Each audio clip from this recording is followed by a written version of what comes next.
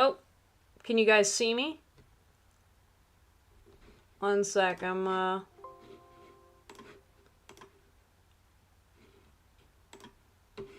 trying to tell if that's a new post.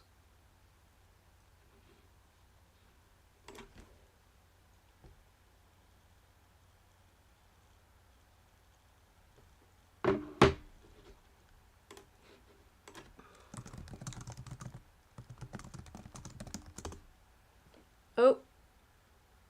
Okay. Sorry about that, y'all. The power went out. So,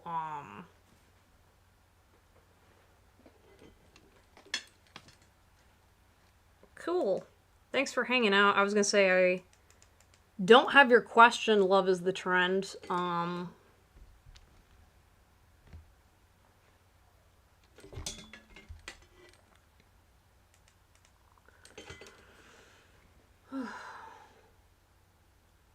Yeah. I'm trying to think, like, what was I talking about?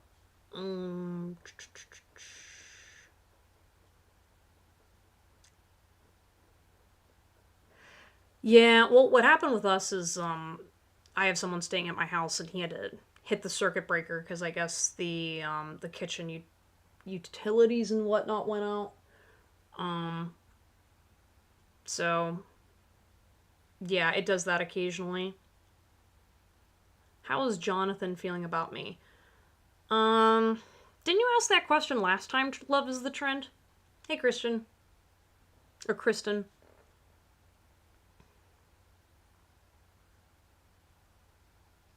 I'm only saying because I don't really feel like his feelings have changed since the last time we talked.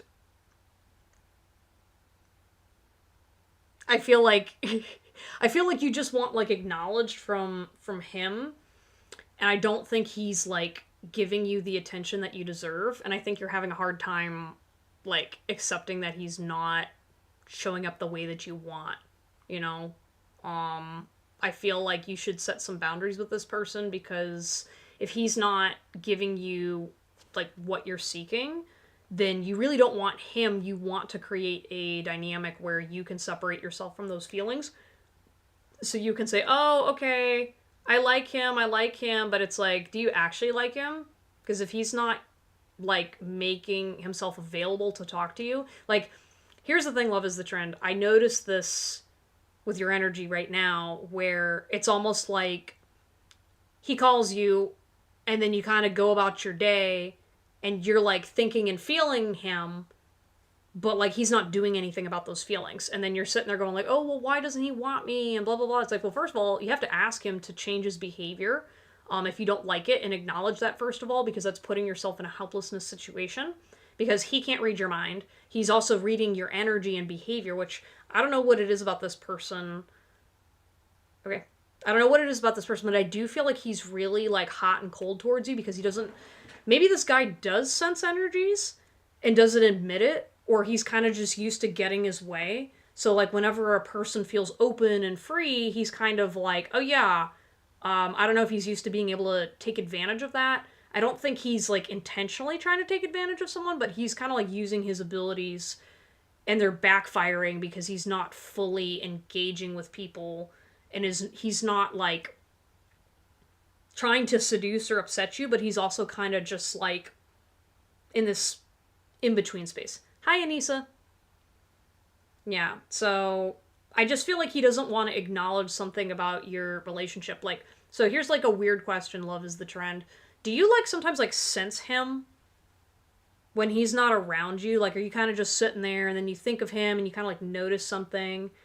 Doing okay, Anissa. Yeah, you can ask a question. I'm doing someone's reading right now, but I'm going card free tonight. That's just how I'm feeling. So,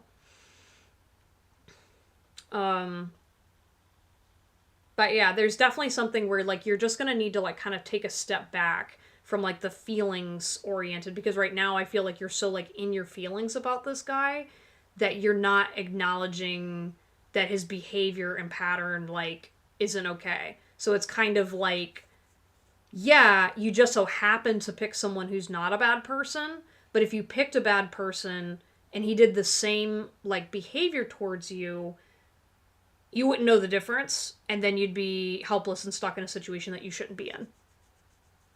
So, like, just, like, kind of acknowledge that about yourself and allow the situation kind of, like, come to its own resolution.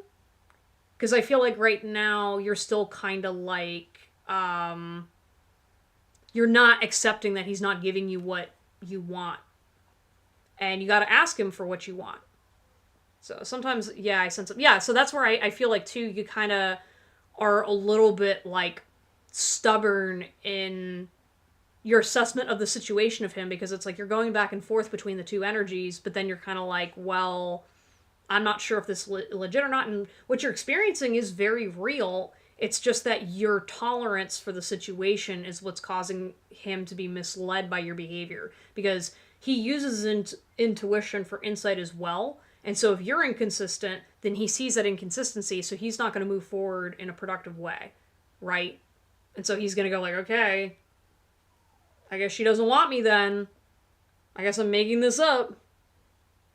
You were such a good person. Oh, thank you, Anissa. Yeah, I'll get to your question in a second. But yeah, just, like, try to have some, like, honor within yourself. You know, love is the trend, because I feel like it's hard when you're like, okay, I like a person, right? We all start off with these feelings, right? Then you start processing those feelings and go like, okay, what are these actual real feelings? And then I notice with you, like, you're saying like, okay, you're asking about his feelings for you, but, like, why do you need to know that?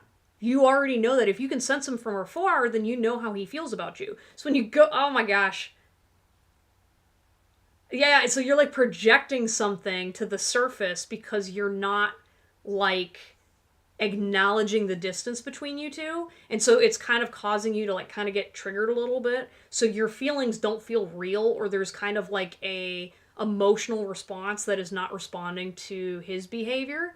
And that emotional reaction is what you think is attraction. And so then it's, like, going hot and cold all over the place. So you're like, oh my God, I don't know what's going on.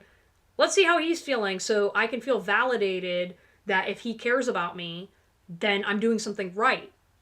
And then I can feel better. Then I can get confirmation that these feelings are normal and usual and whatever. Meanwhile, you're not, like, acknowledging that, like, okay, something about him causes a trauma response. As I said before, if he's, like, just, like, he happens to be a good person, but if someone else was manipulative and an asshole and did the same behavior, you wouldn't know the difference. So please make sure that you take the time to acknowledge your situation and be more upfront within yourself.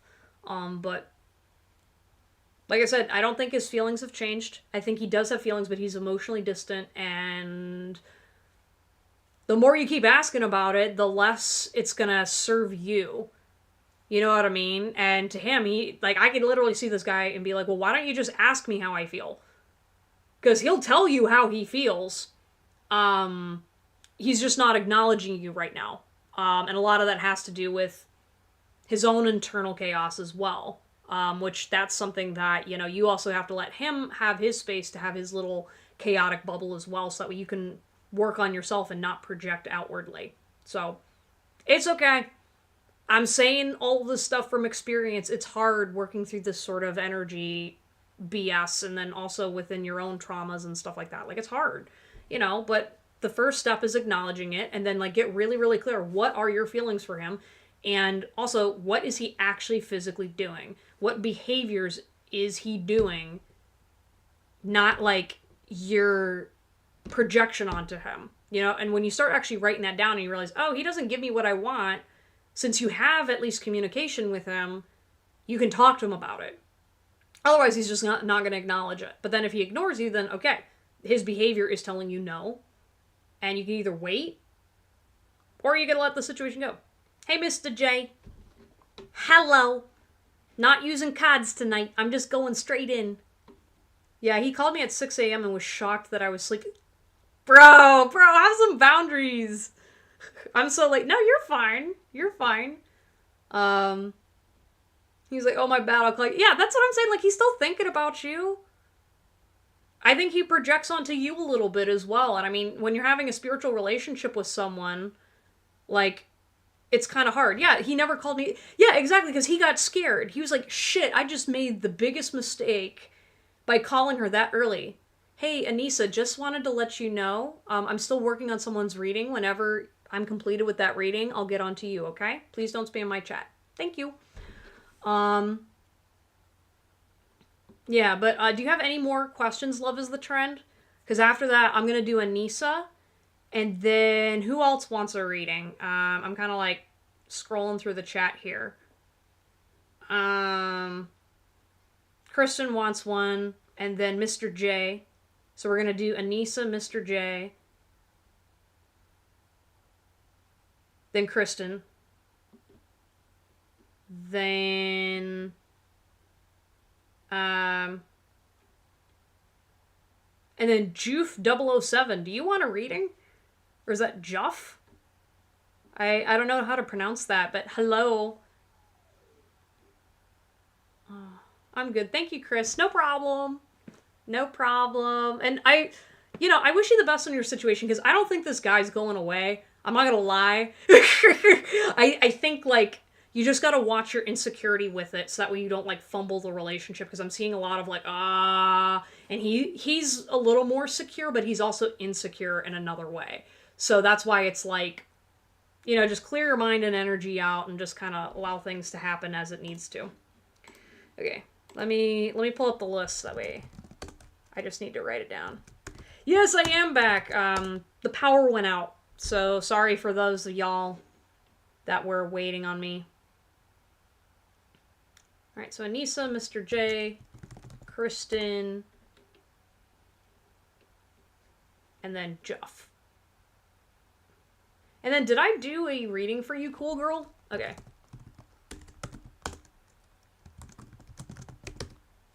Okay, yeah, 1 second. I gotta feed my dog, because she's saying something. So, I'll be back in a second, but I will get you Anissa.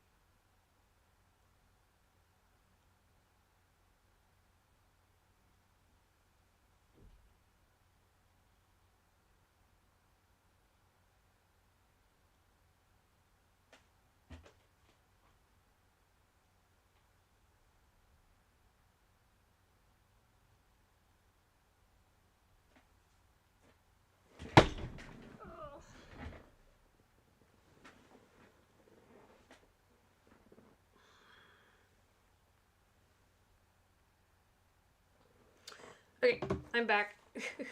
I thought you were done for the right. No, I'm not.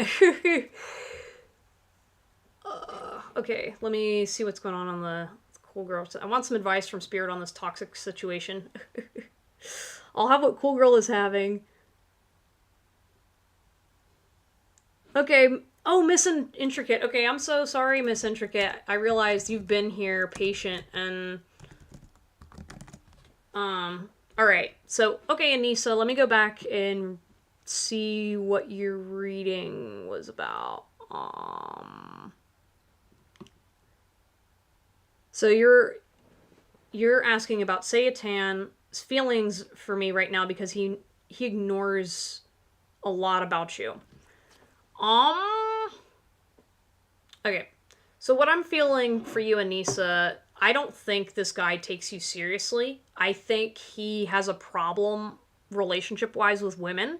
I feel he's used to... So here's what's happening in your behavior, Anissa. You are used to going up to a man and, like, talking and talking and talking. He feels like his ear is getting talked off, right? And you need to acknowledge that that kind of behavior is going to turn a man off because there's a relationship with, like, his parents that basically he feels like you're being his mother, right? Because when he's not talking to you and you continue to try to talk to him, he will not take you seriously because you're not respecting the fact that he's not talking to you. So don't reach out to him. In fact, he needs to be coming to you. And so please make sure that you are not allowing masculine energy and behavior where if you got to continue to talk at a guy to get him to do something, he does not take you seriously. Talking to him over and over again will not make him do it any differently. It will not make him do it anymore. And if anything, you were teaching him to not listen to your words because there's no consequences behind those words. And so maybe that's your value system, right?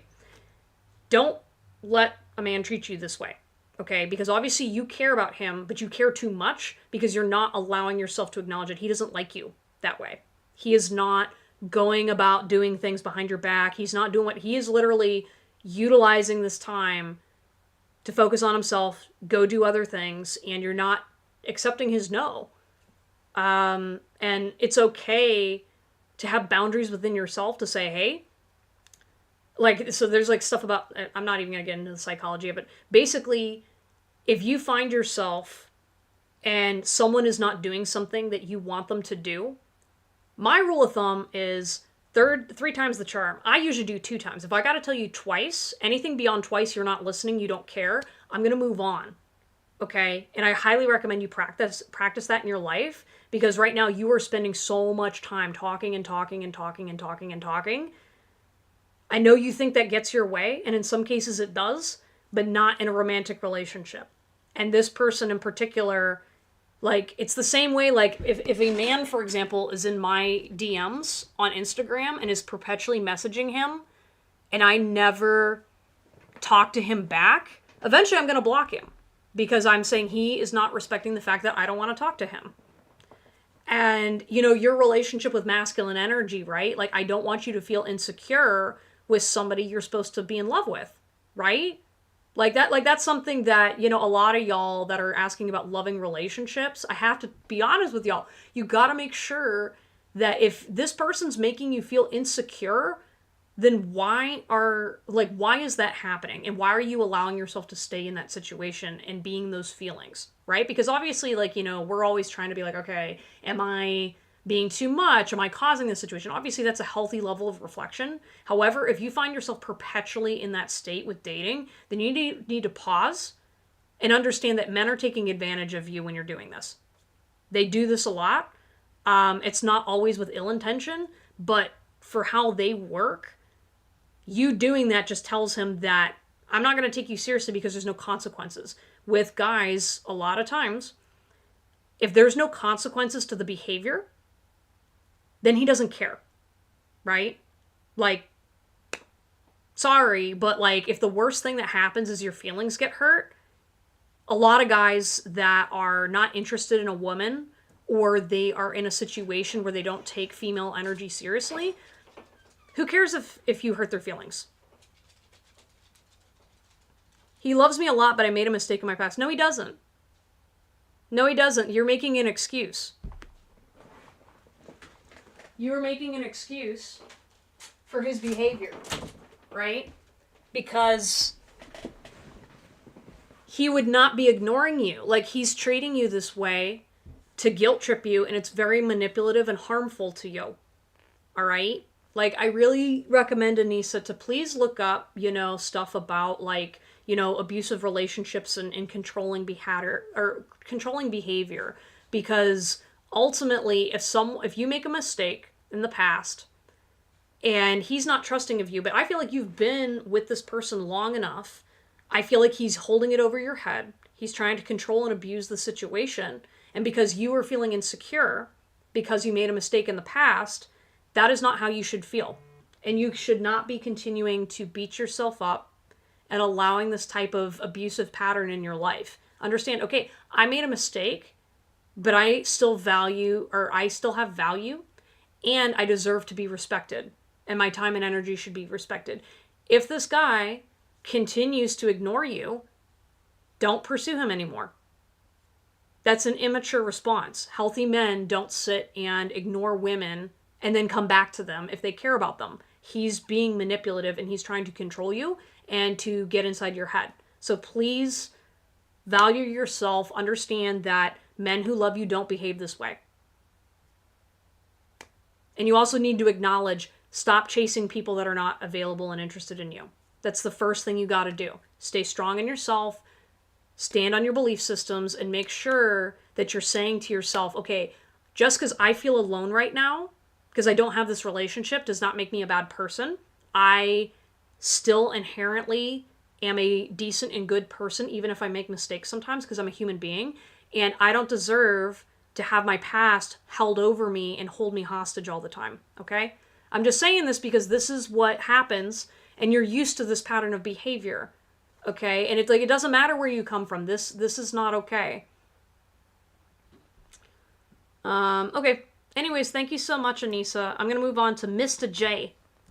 And just to repeat, Mr. J, then Kristen, Juff, Cool Girl, and Miss Intricate. Let me kind of see what's going on. A chicken Caesar wrap. Ooh, that sounds good. It was given burrito, the burrito Caesar wrap.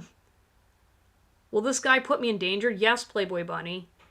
I don't need to do your reading for that one. Absolutely. Stay away from him.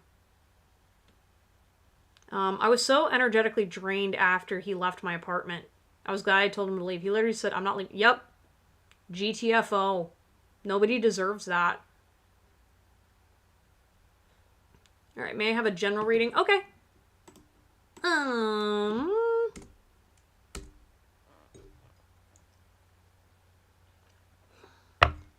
Okay. Is that Mr. J's message? Okay. All right. At first I was like, here I am just dishing out stuff on like all the ladies. And so then I'm like on your energy. And I'm like, immediately I heard you need to stop settling for less. I don't know if you're doing this in your job or just your life in general, but I feel like sometimes when you're trying to be like frugal, you're really just projecting lack onto the situation. And you're not acknowledging that you can go for better and bigger and not, like, lose sleep over it. So it's kind of like, when I say that, I feel like your first thought is like, oh, well, I need to spend more money or whatever. It's like, that's not it. It's more so saying, like, okay, I'm not getting enough sleep because I am dealing with a fan that has a loud clacking noise in my bedroom. And because I feel like I need to save the money, I am choosing to not purchase a better fan or just, like, you know, do something about my situation to help me with my sleep. Because there's a difference between spending money and being, like, not frugal with it and being frivolous and investing.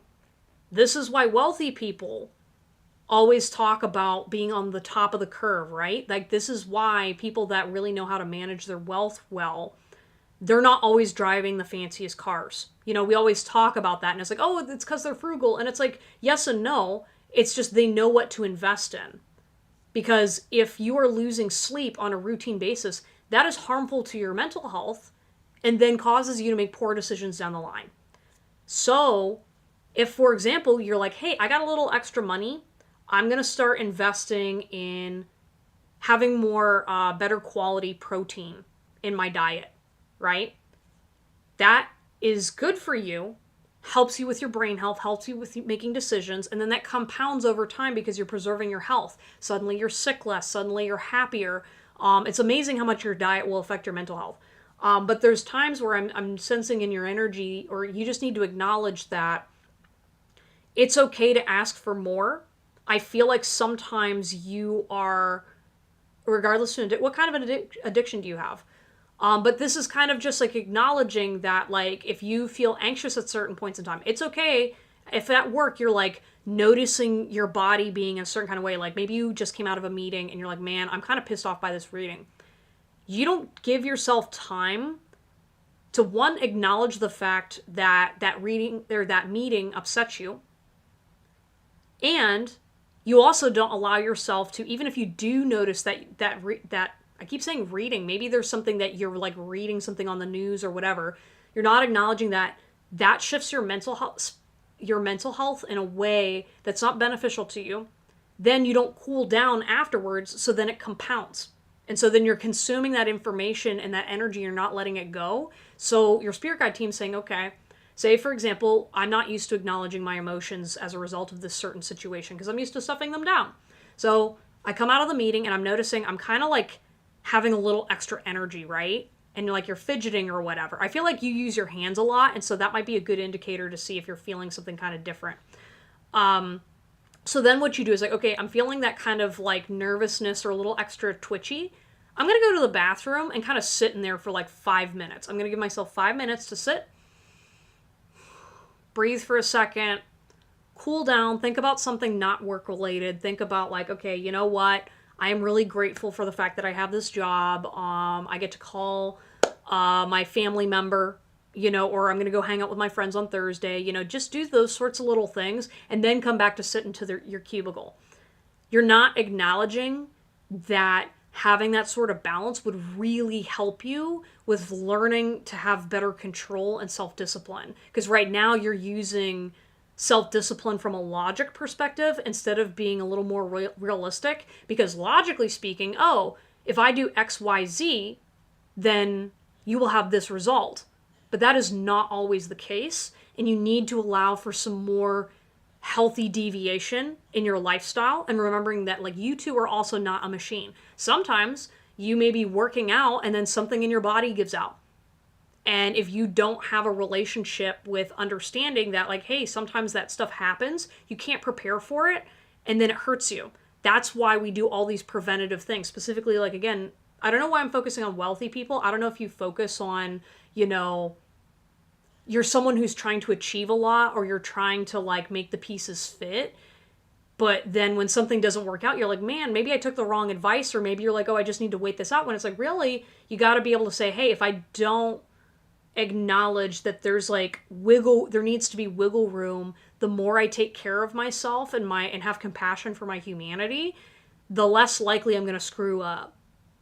Because you're not giving yourself the leeway to say, hey, I don't have to think like a machine. My brain doesn't always have to be on. I don't have to always be on my phone talking to somebody. I feel like sometimes you're a people pleaser too, specifically with girls too. So just be careful. Sorry, I missed your message. Let me go back. Sexual related, I think that may be a major problem for me, and maybe financial mindset needs a bit more fixing. Yeah, exactly.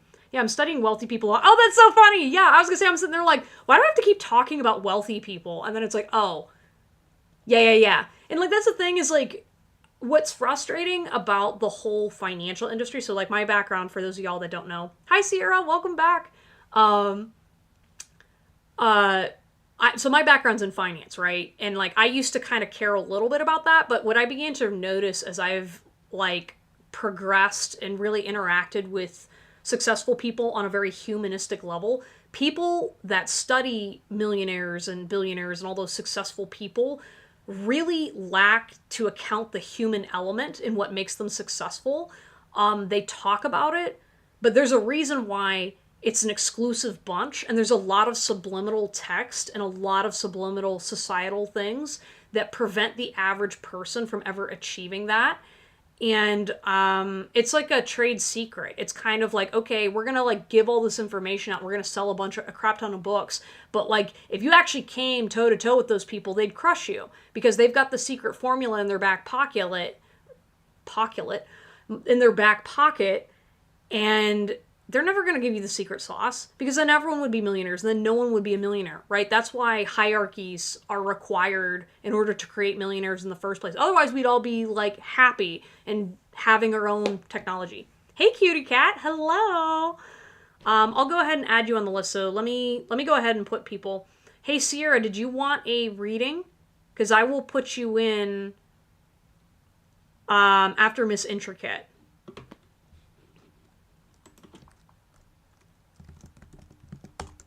And then we've got Cutie Cat. Okay. Yeah, y'all, I'm not using cards tonight, so I'm just free channeling.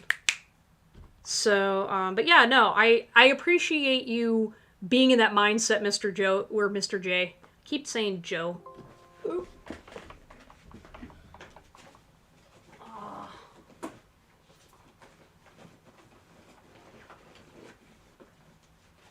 Is it something I enjoy talking about?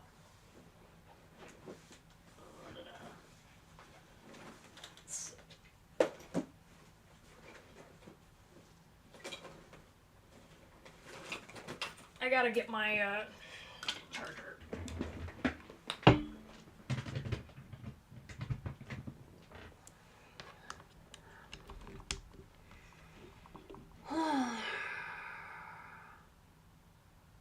Okay, yeah, you're welcome, Mr. J. Okay, Kristen, you are up. Let me go ahead and find your question. Should I do any more vendor shows after October, or should I take some time off and recharge? I think you should do a blend of both. I feel like you've been pushing yourself a little too hard lately. Your spirit guide team just wants to acknowledge that, first of all, you've made a lot of progress, but it's time that you now make progress while slowing down. So it's kind of like a slow and steady wins the race. So maybe, like, I don't know if you were thinking about for October, like, booking a bunch of shows or booking a bunch of, like, vendor opportunities, but your guides are like, just do... I'm seeing throughout the space of the fall 3 or 4, and that's it. Like, limit yourself and don't push yourself too hard, because I feel like you're gonna be overbooked and overwhelmed, especially because whatever new job is coming through, it's not going to come through the way that you expect, and you need to be in a little bit more of a balanced place. And so, like, booking vendors in general, I'm also feeling like major projects as well. Like, literally create some slots for your life to say, okay, this is how much energy I have for vendor markets. This is how much energy I have devoted to creative projects that are for other people. And then how much energy I need for just myself to create product and whatnot. Because I think you're still struggling to find that energetic balance. And so when you start acknowledging within your body, like, okay, how am I feeling right now? Like, really practice that, like, letting go, like, processing. Because I feel like sometimes, like, because you're still in your headspace yet, whenever you come down into your body, it's, like, really needing to come out in a slow-moving energy wave. And I think, like, you need to teach your body to slow down.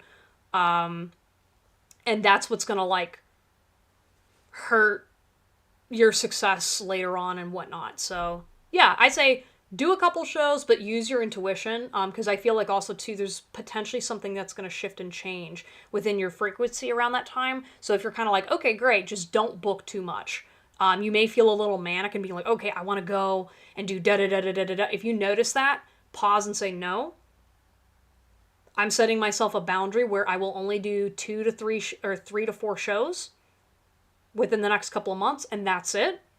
Acknowledge that, and then use that extra additional energy for something else, because when you get lost in that headspace, you're lost in the sauce, and it's all up here, and it's not allowing the creative energy to flow through. So, like, allowing, like, so I'm getting this weird visual, Kristen, for some reason, which, for those of you that either gets, like, bursts of energy, this might be useful to you.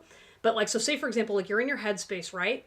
I want you to imagine, like, taking that energy and dropping it like a ball. Like, visualize a ball dropping, and then it bounces, and then you catch it. Drop it, catch it.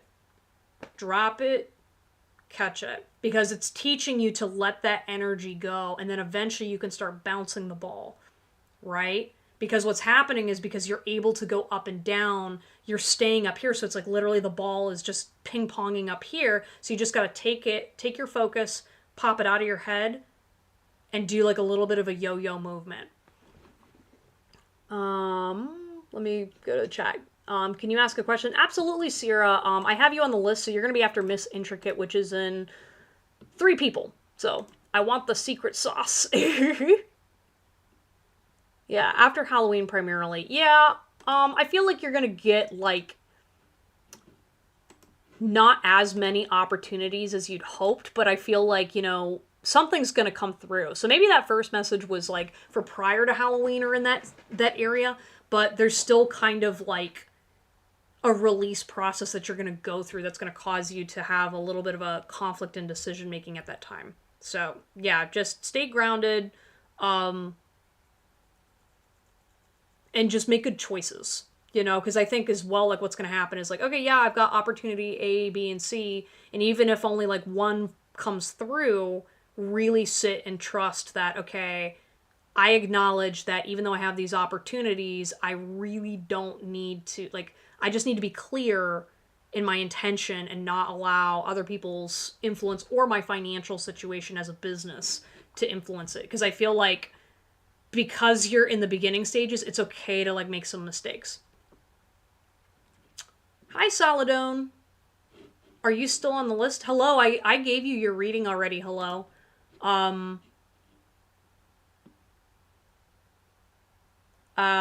I wonder, I was going to say that might have been whenever the power went out, but I completed your reading already. I'm sorry. You might be able to go back and look at it through the review.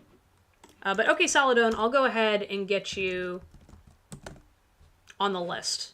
All right, no problem, Kristen. All right, so here's the updated list for y'all. It's Juff, then Cool Girl, Miss Intricate, Sierra, Cutie Cat, and Saladone. And I also tell people as well, I often have a habit of people that come onto the live stream and they need messages that are in someone else's reading. So please stay tuned and listen to if something does resonate with you, because that happens. Oh, I was in the bath. That's okay. I missed it. Yeah, no problem. Hello. Just go back and rewatch it. It's probably somewhere in the middle. But I was able to do that. Hi, Deepa. I can absolutely put you on the list. But you will have, you've got like 6 people ahead of you, so it will be a little minute, okay? All right, Juff. Please show yourself in the chat that you're here. Hey, Sierra, I saw you. You're on the list. Please be patient, because there's a bunch of people. You've got 3 people ahead of you. So, you're on the list, Sierra. Hey, Juff, are you here? Okay, cool. Will I be moving to Liverpool by August, or is it going to take a little more time? I think there's something you got to acknowledge first. First of all, are you sure you want to move? I'm getting kind of this like resistant energy where you're kind of like, some part of you saying, yeah, it's absolutely what I want to do. And this other part of me is like, you don't want to go. Like, I really feel like kind of like, there's like an impatient energy, but it's also like you're not acknowledging how much stress this situation is putting on you. And like, how much do you actually need to move to Liverpool? I feel like it might be like your spirit guide team specifically is kind of saying like, you're having trust issues with your financial situation. And I feel like you need to be a little bit more clear about whether this is a good, beneficial situation to you. I don't know if you're trying to get closer to a job or something, but I'm kind of feeling there's something that's going to backfire if you're not acknowledging what needs to change in order to level up into this new situation. I don't know. There's something about like you're changing and it's not really going to go in your favor because you haven't really like grounded yourself yet. So like, for example, it's like, okay, yeah, you're like, all right, I have $800 for the deposit, and then I have, or 800, you guys take euros, right? No, pounds, my bad.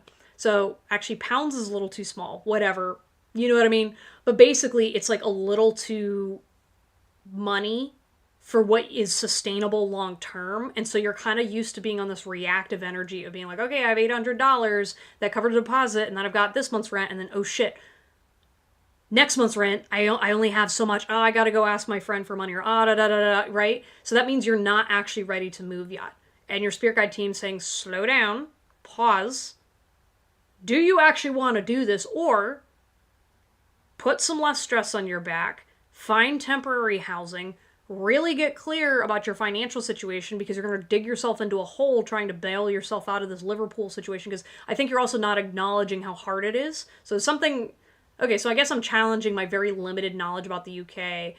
And with housing, you really are going to need to set some boundaries on staying up to date more so in a way with this new living situation than you were in the past. I don't know if you went through a breakup recently, or if you were kind of like relying on an old situation that's no longer the case. Your mind has not caught up with the shift yet. And if you want to be realistic about making this accomplishment to transition that way, then you've got to let go of your old mentality, because then you will wash out and put yourself into a worse financial situation.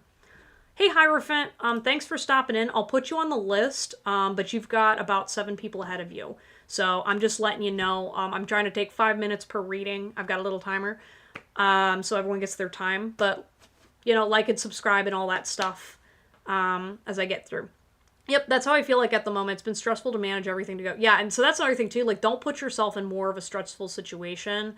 Have some boundaries about, like, how much stress you're willing to put on yourself, and acknowledge that it's like, hey, if I'm not ready, I'm not ready. I need to be feeling more in control of my financial situation before stepping up and going into this mode of stepping up. You know what I mean? Because one thing that I think a lot of people don't acknowledge about leveling up in any way is like, okay, yeah, I got the good job, I got more money, blah, blah, blah. If you are not mentally at the maturity state to manage that money as you go about doing what you need to do, there's like a timeline that you need to mentally shift into. So for example, if you were in a relationship and you're being financially independent on your own, you're still subconsciously wired for relationship money. So when something backfires, you're going to go, oh, shoot, I used to make these decisions patterns in the past. And then you're going to trip yourself up. And specifically for something as big as moving and housing, you're completely shifting your environment. You're changing your mentality. So it's going to be very difficult for you to be able to acknowledge those subtle changes if you're not honest with yourself first. So I'm recommending, based off of what your guides are telling me, just give it a little bit more time. Not because you don't deserve it or you can't get it, but because you need to mentally be a little more grounded as you shift into this position to have that. We broke up and all the money was with him, so I tried to manage everything without asking him for it. Yeah, and you need to acknowledge how you shortchanged yourself, because here's something too, guys. I know we all live in a society where it's like, okay, the men make the money and the women, do their own thing, right? Obviously not everybody is in a traditional dynamic, but there's a lot of societal pressure for that. And if you're used to that, you need to understand that you should always be still independent and not lose your independence within a relationship, because this sorts of thing happens all the time where you get screwed and suddenly love is now inherently tied to money. And then you won't be able to have the ability and flexibility to find partners that are good for you. And you're willing to ignore red flags because of a financial situation. Some of you that are listening in the background need to hear that. Stop relying on partnerships for your emotional stability and your financial stability. That is exactly how so many people end up in bad situations. And so when you gain more autonomy within yourself, you begin to make better financial decisions. You begin to make better relationship choices. So that way you don't have to beat yourself up when you're not making strong financial decisions. It's like, if you're always waiting for someone else's approval on a financial situation, then yeah, you're going to make more mistakes than if you say like, okay, I'm taking ownership over my situation. I'm not giving myself the time and energy to do a little bit more research, taking time to make a decision, like slow the hell down, right? Your man, I'm assuming you were dating a man, your partner had the time to think about this, and he is also trained by society to always be capable in those sorts of decision making. You're expected to sit at home and not worried about it, so acknowledge that if you don't have that sort of ingrained mode already put into your system, then you're going to make mistakes when you're first coming into financial independence, especially if you go independence, dependence, independence, dependence. Be really clear that you should still be independent in your relationship regardless of what's going on, because then that will really make you less available for bullshit. I'm just saying, like, I really see that with women that are financially independent. You do not put up with the same crap as women that, follow traditional gender roles. And here's the thing, you can still follow traditional gender roles. It's not like there's a problem with the man making money and providing to you, but if you are not able to take care of yourself within the dynamic of your relationship, then you're going to hurt yourself long term. So, anyways, though, that was your reading, Jeff. I hope that benefited you and the people in the back who are not making the best financial decisions. Okay, cool girl, you are up next. Then we have Miss Intricate, Sierra, Cutie Cat, Solidone, Deepa, and then Hierophant.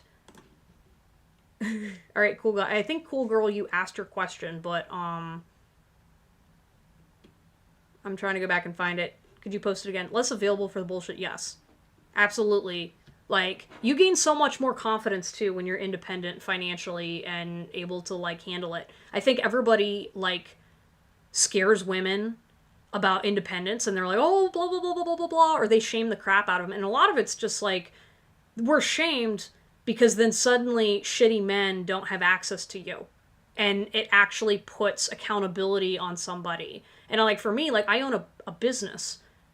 If I've got people that are getting in the way with that constantly because I need to take care of them, then you're a liability and you get in the way of me being able to take care of myself and what I'm trying to build. Advice from Spirit on this toxic situationship. Okay. Okay, I feel like I gotta really clear my energy out for this one.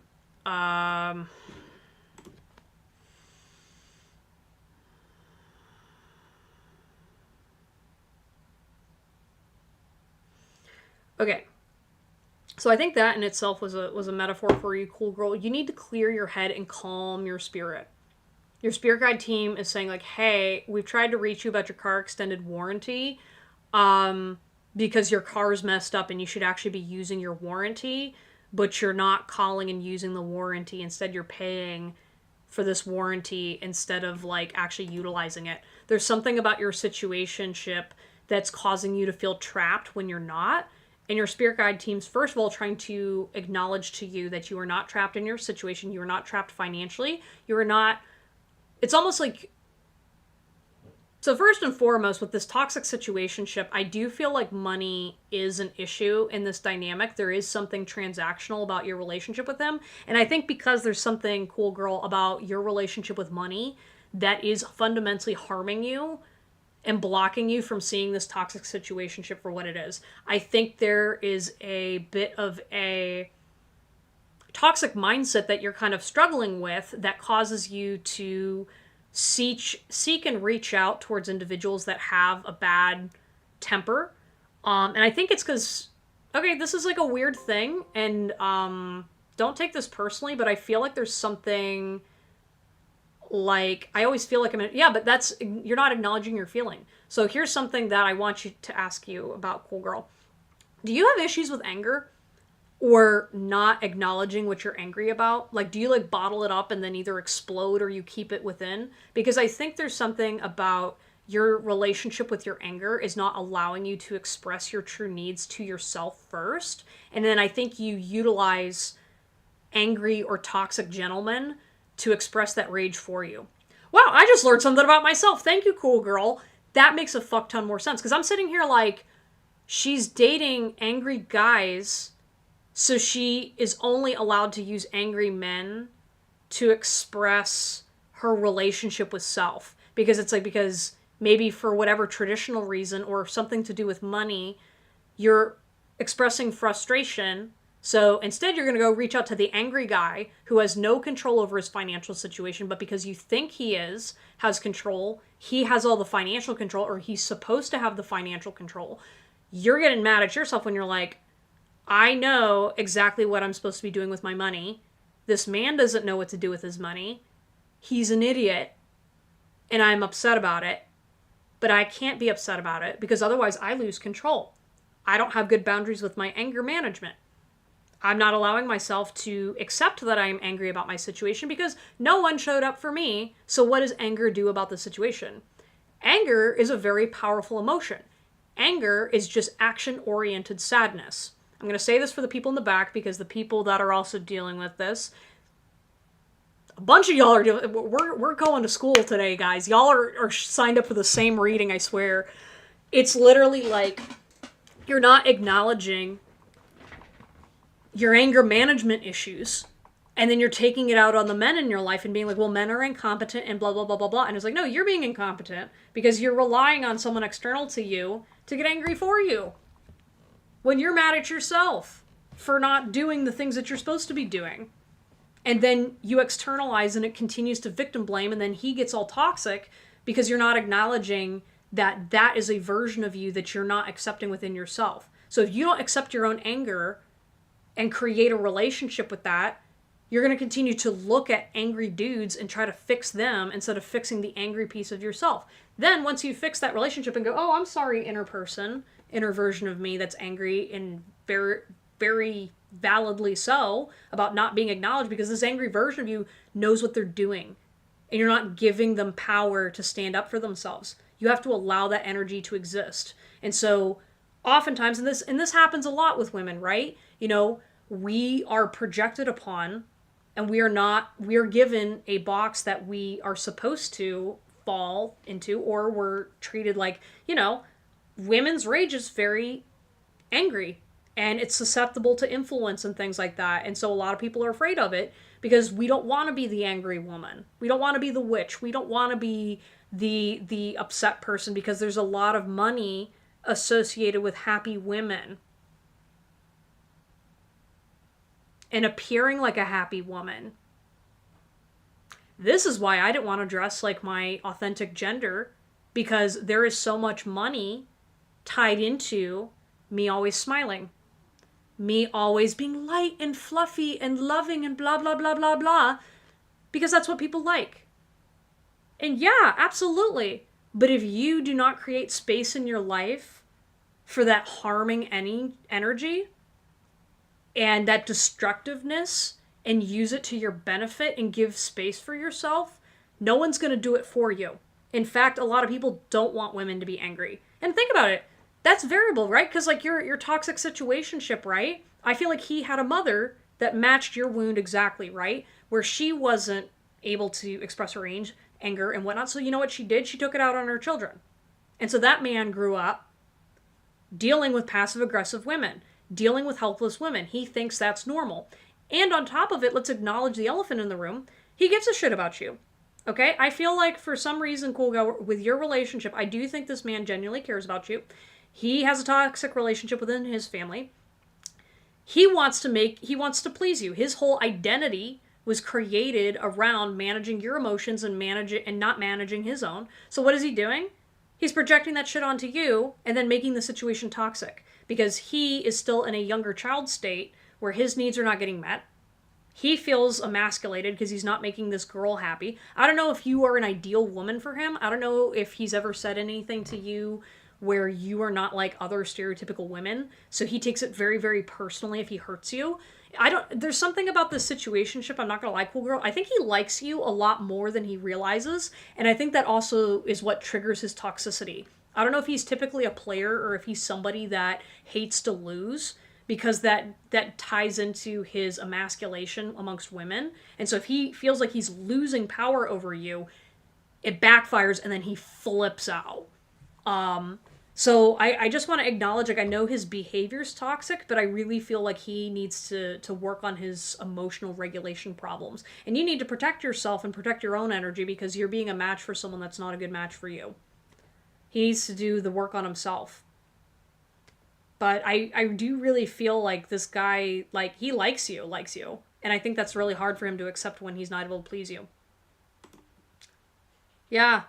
Don't numb yourself out, Cool Girl. It's okay to be angry. And if you want some tips on how to manage your anger, like and subscribe and ask me next time. But I happen to personally like writing diss tracks and listening to angry music. That really helps me. All right, moving on. Miss Intricate, you are up. Then we've got Sierra, Cutie Cat, Solidone, Deepa, and then Hierophant. Okay, Miss Intricate, you are up.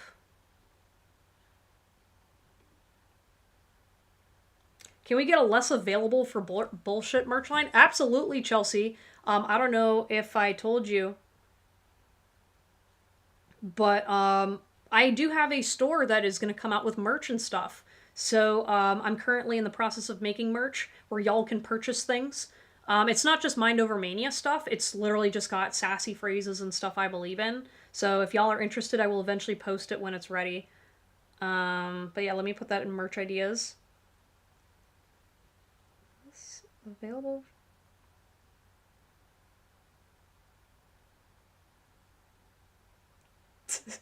Yeah, that's the thing, y'all. If there's anything I say on these live streams that you want on like a t-shirt or on a cup or on some kind of a merch stuff, please let me know. I'll make it.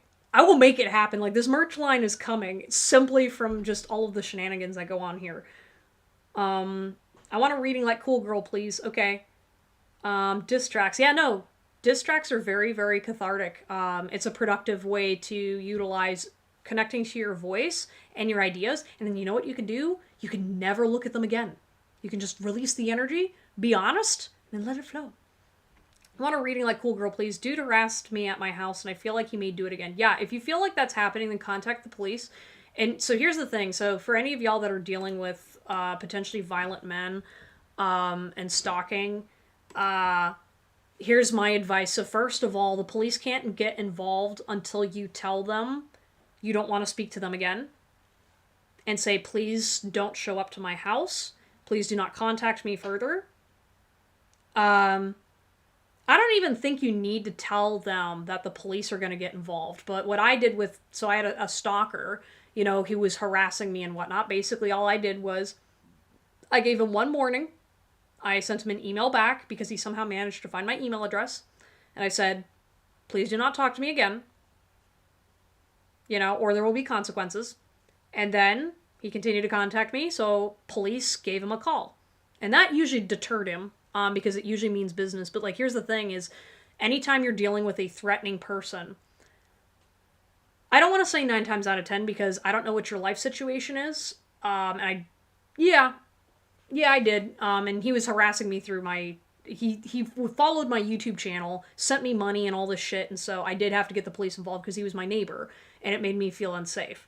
But the point is if someone is willing to physically come to your place and do things, the only reason that any person does that kind of behavior is because they don't believe that there will be consequences. I can tell you very much that if that guy showed up to your house and tried pulling that bullshit, and you happen to have your father standing there with a firearm, he would not come back because he doesn't want to get shot. And I hate to say that, but it's true. Basically a lot of men that do that kind of behavior, you know, guys that pick up girls and treat girls like they're toys and whatnot, they only do it because they are more afraid of the man who's going to come and defend you than of you. So if you don't show him that you will take the actions necessary to say fuck around and find out, then he will continue to fuck around. Sorry for any of y'all that are not 18, but I dropped the F-bomb. But you got to teach this guy fuck around and find out. He doesn't respect you. He's going to continue to harass you until you send a very clear message that this behavior is not okay. And as women, we are really taught that certain kinds of behavior are joking, whatever. I'm sure leading up to this relationship, he's tested your boundaries and made you uncomfortable and you didn't realize it. I don't see him as a threat, but I do see that no, he's a threat. All right. You need to be understanding that if a man does not understand your no and is willing to pick you up, that is not playful behavior. He is not afraid of what happens if he pushes you too far. Yes, because he's a manipulative person. That's what manipulative people do.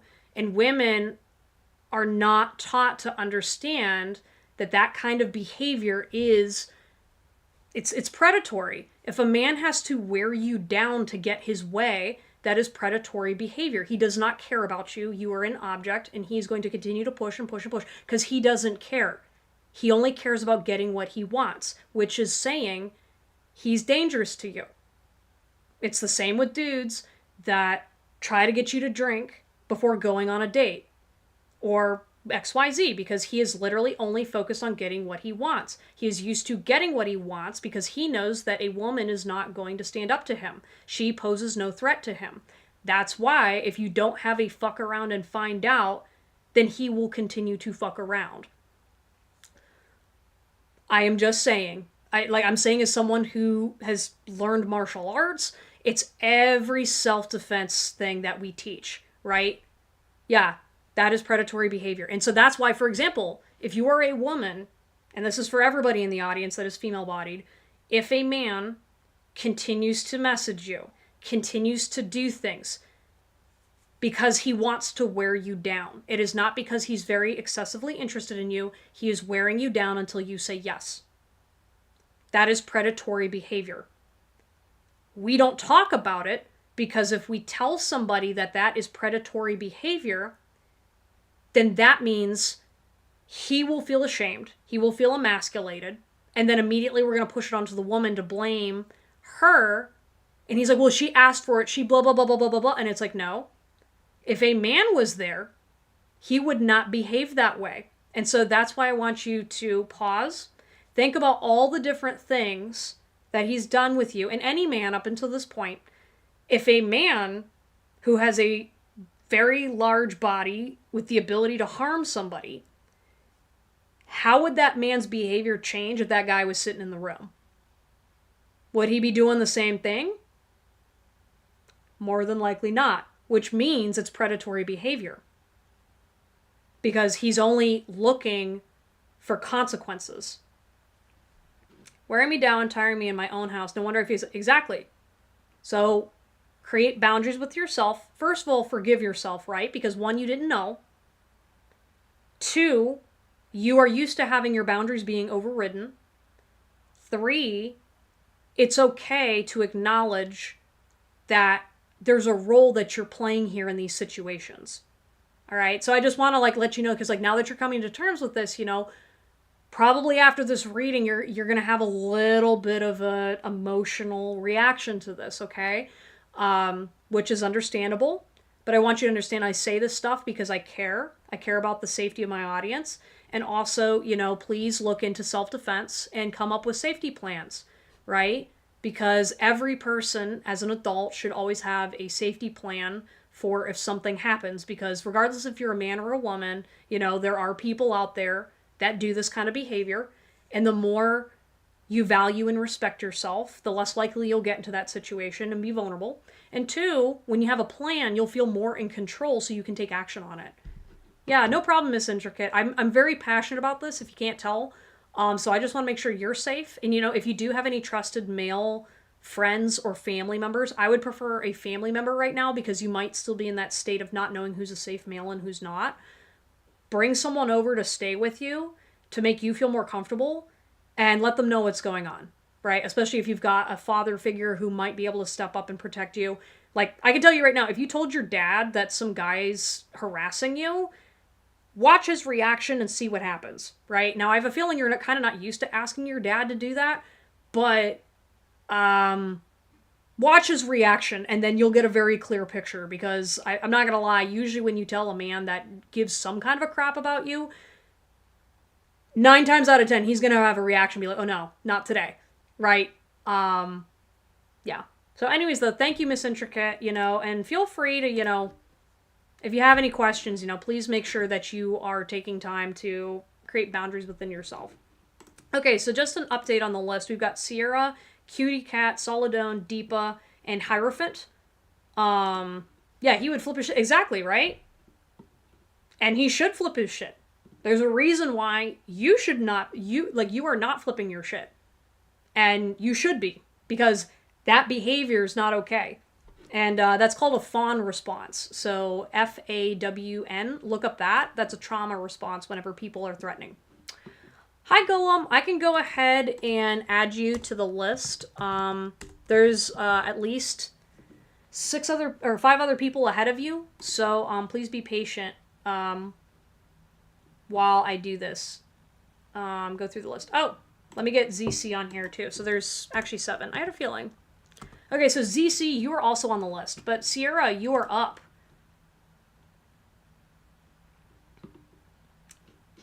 Hi, Graham. Please don't spam my chat. There are 7 people ahead of you, and I'm taking time for each people eventually, so please be patient with your question.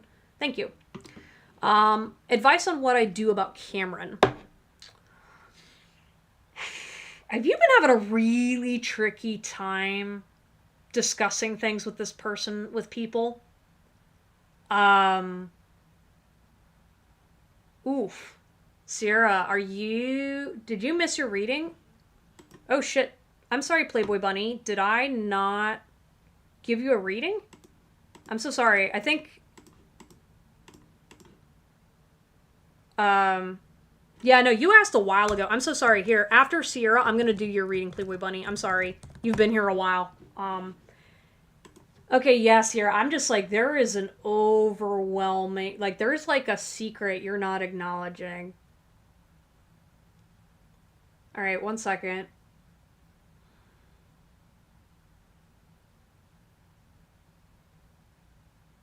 So, what I'm hearing from your spirit guide team, they want you to be really, really honest with why you are ashamed of your situation. So I don't know if it's a identity thing. I don't know if you're afraid of the people around you or the reaction. Maybe you're not used to being this honest with yourself about your relationship with this person. Um, and there's something like you just don't want people to know. And I feel it's because you've been like I don't know if you were abused or you were definitely like you've seen some stuff, right? Like you are like the person that you're like I like first of all, I just want to like pause the reading for a second to say thank you for even trusting me with your energy because I know that that's a really hard thing for you. And I do want to acknowledge that I I want to show you respect while I give you these responses because you are so powerful and you are also someone that does not allow certain energies into your field and your space. And I think that's why you're having a very difficult time acknowledging your feelings for this person. Our parents know each other. Yeah.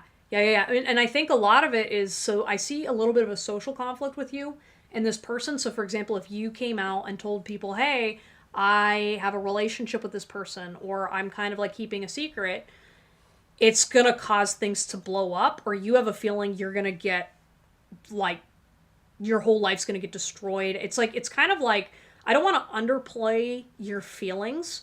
I think a lot of this is just residual energy from being treated really badly when you were younger. And I think there's a lot of hurt that you need to acknowledge first before you pursue this relationship more seriously. I don't know if you're kind of in a spot where you want more with this person, but you can't admit it. We were friends and I wanted to be more than friends. Okay, yeah, that makes sense. I think because you're so very careful with your emotions, you need to let yourself be a bit vulnerable, either with like a professional or somebody that you can really trust. So you can start learning to let go of your dysmorphia. Or there's like some kind of like an energy that's very, very like you're private for a reason and you're protecting yourself, but you can't protect yourself in a relationship, especially a serious one. And I feel like if you're not acknowledging, like, you kind of have to play, like, so this is like kind of the opposite energy of what everyone else in the room is doing. Um, I feel like you need to acknowledge that in order to feel safe in a relationship, you have to like put your gun down a little bit. You have to set some boundaries with your protective energy because if you're overly protective, you will not acknowledge your blind spots in relationships. You will project negative feelings and thoughts towards them, and then you will not allow yourself to be open within the relationship, and then you'll self sabotage. Or it's like, I just feel like you'll get into conflicting relationships because you don't have boundaries when your wall's down. You know, you're using your wall up to regulate yourself and you don't know how to acknowledge, like, okay, I feel so out of control if I don't have a wall up. And so that's gonna take like that's like some trauma therapy level work that I mean obviously I'm not qualified to help you with, but just acknowledging that this isn't like a normal boundary issue thing, right? So when you're asking for advice from people, you got to be careful with the boundaries of things because of the standpoint that this is a wound that's deeper than just, oh, I'm all in my feelings or oh, blah, blah, blah, blah. And I think you already know that and you acknowledge that. But it's like I said, it's kind of like handling a loaded gun. You know what I mean? And like, you don't want to like, it's kind of like the difference between like a police officer that's always like on the twitchy like trigger finger and like no one wants to hang around the cop versus like the guy that like you don't even know that he's a martial arts expert and could stop any situation right there because he's cool, calm, collected, and he's able to control himself. So he's able to acknowledge that I have the skill to help and protect myself, but I also know how when to let go. And so I think creating some boundaries that you're in conflict with this protective energy to say, hey, if I want this person in my life, if you want to have healthy relationships, I have to acknowledge that. I have to let go at some point and just learn how to have conversations. Specifically with his energy, I feel like he does have a crush on you, but he also has the same thing. Like, he doesn't want to acknowledge it. There's kind of like a, I'm not gonna lie, I think like the way the situation's set up with Cameron is it wasn't set up right. And I think you would have been able to see that a little more clearer if you weren't so anxious. And you're anxious about your relationship with him because you're in this protective state. And it's very difficult for you to acknowledge that. So, have some boundaries with yourself, but also respect your love for a person, okay? I feel like you've been kind of taught that it doesn't matter, and I know it matters because it really is loud and clear, but I think there's like some developmental issues where you're not really saying like, okay, my love for a person is protected and safe. I'm going to create space within myself to express these feelings and experience it and experience connecting with people. And I also acknowledge that I am going to get hurt, but I don't have to give all of myself away. And so kind of creating like the healthy back and forth dynamic will be really beneficial to you. So that way, like, if something goes wrong with this relationship with him, you're not like falling the hell apart and being like, I'm never going to open myself again. It's like, no. Like, and I think you have, like, what to do. You're just having a hard time really accepting and acknowledging that piece that is like, hey, sometimes this pain-oriented piece really needs like extra working with it. Like it's a, like I would treat it like a soldier, right? Being like, listen, that soldier's got some PTSD. Nothing you can do can change that. But we can give them some massages. We can take them out for walks. We can start having conversations with that side of you to say like, okay, why do you feel like you need to always have your wall up all the time? Why do you want to fight everyone all the time? And then go like, okay, listen to it. Okay, I've listened and acknowledged it. So what can we do to make that part feel safe, but also allow other people to come in? I don't really talk to him. He left me undelivered since July 5th, so I stopped texting. Yeah. Just make sure that you don't project a situation onto this. Be very, very careful with your situation with him, because I feel like he got a little spooked, because I don't think he was anticipating it. I think you're so good at hiding your feelings that I don't think this person knows and anticipated that, and then I think it kind of like backfired a little bit. So just be like kind of cool, but also be very honest with yourself while you're going through that, because like it's not your fault you feel this way, but it is a muscle you got to work on, being open to relationships again. Okay, Sierra, that was your reading. So sending you love, and I totally relate to this. So please, like and subscribe so that way we can stay in contact if you'd like, but, just be very patient with yourself. Okay, here's the update on the list. I've had people kind of come in. There's Angelus. Let me add them to the list.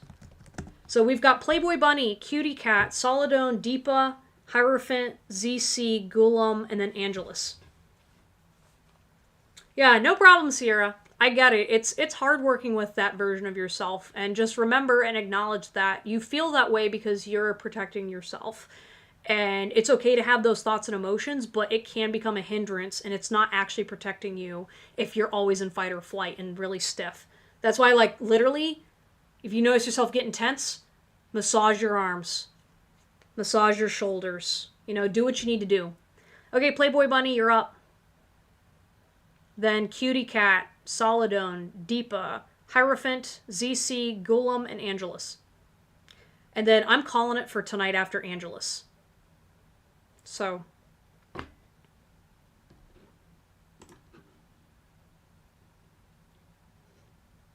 What does Spirit Guide want me to do about this guy? So, for you, Playboy Bunny, what I'm feeling is, I'm hearing from your Spirit Guides, you gotta calm down. There's something that is at play going on here. I feel like you had a very similar situation to Cool Cat, so you might want to go back when this reading's over. You can go and look at her reading. I think it's like, it should be somewhere like a quarter way through.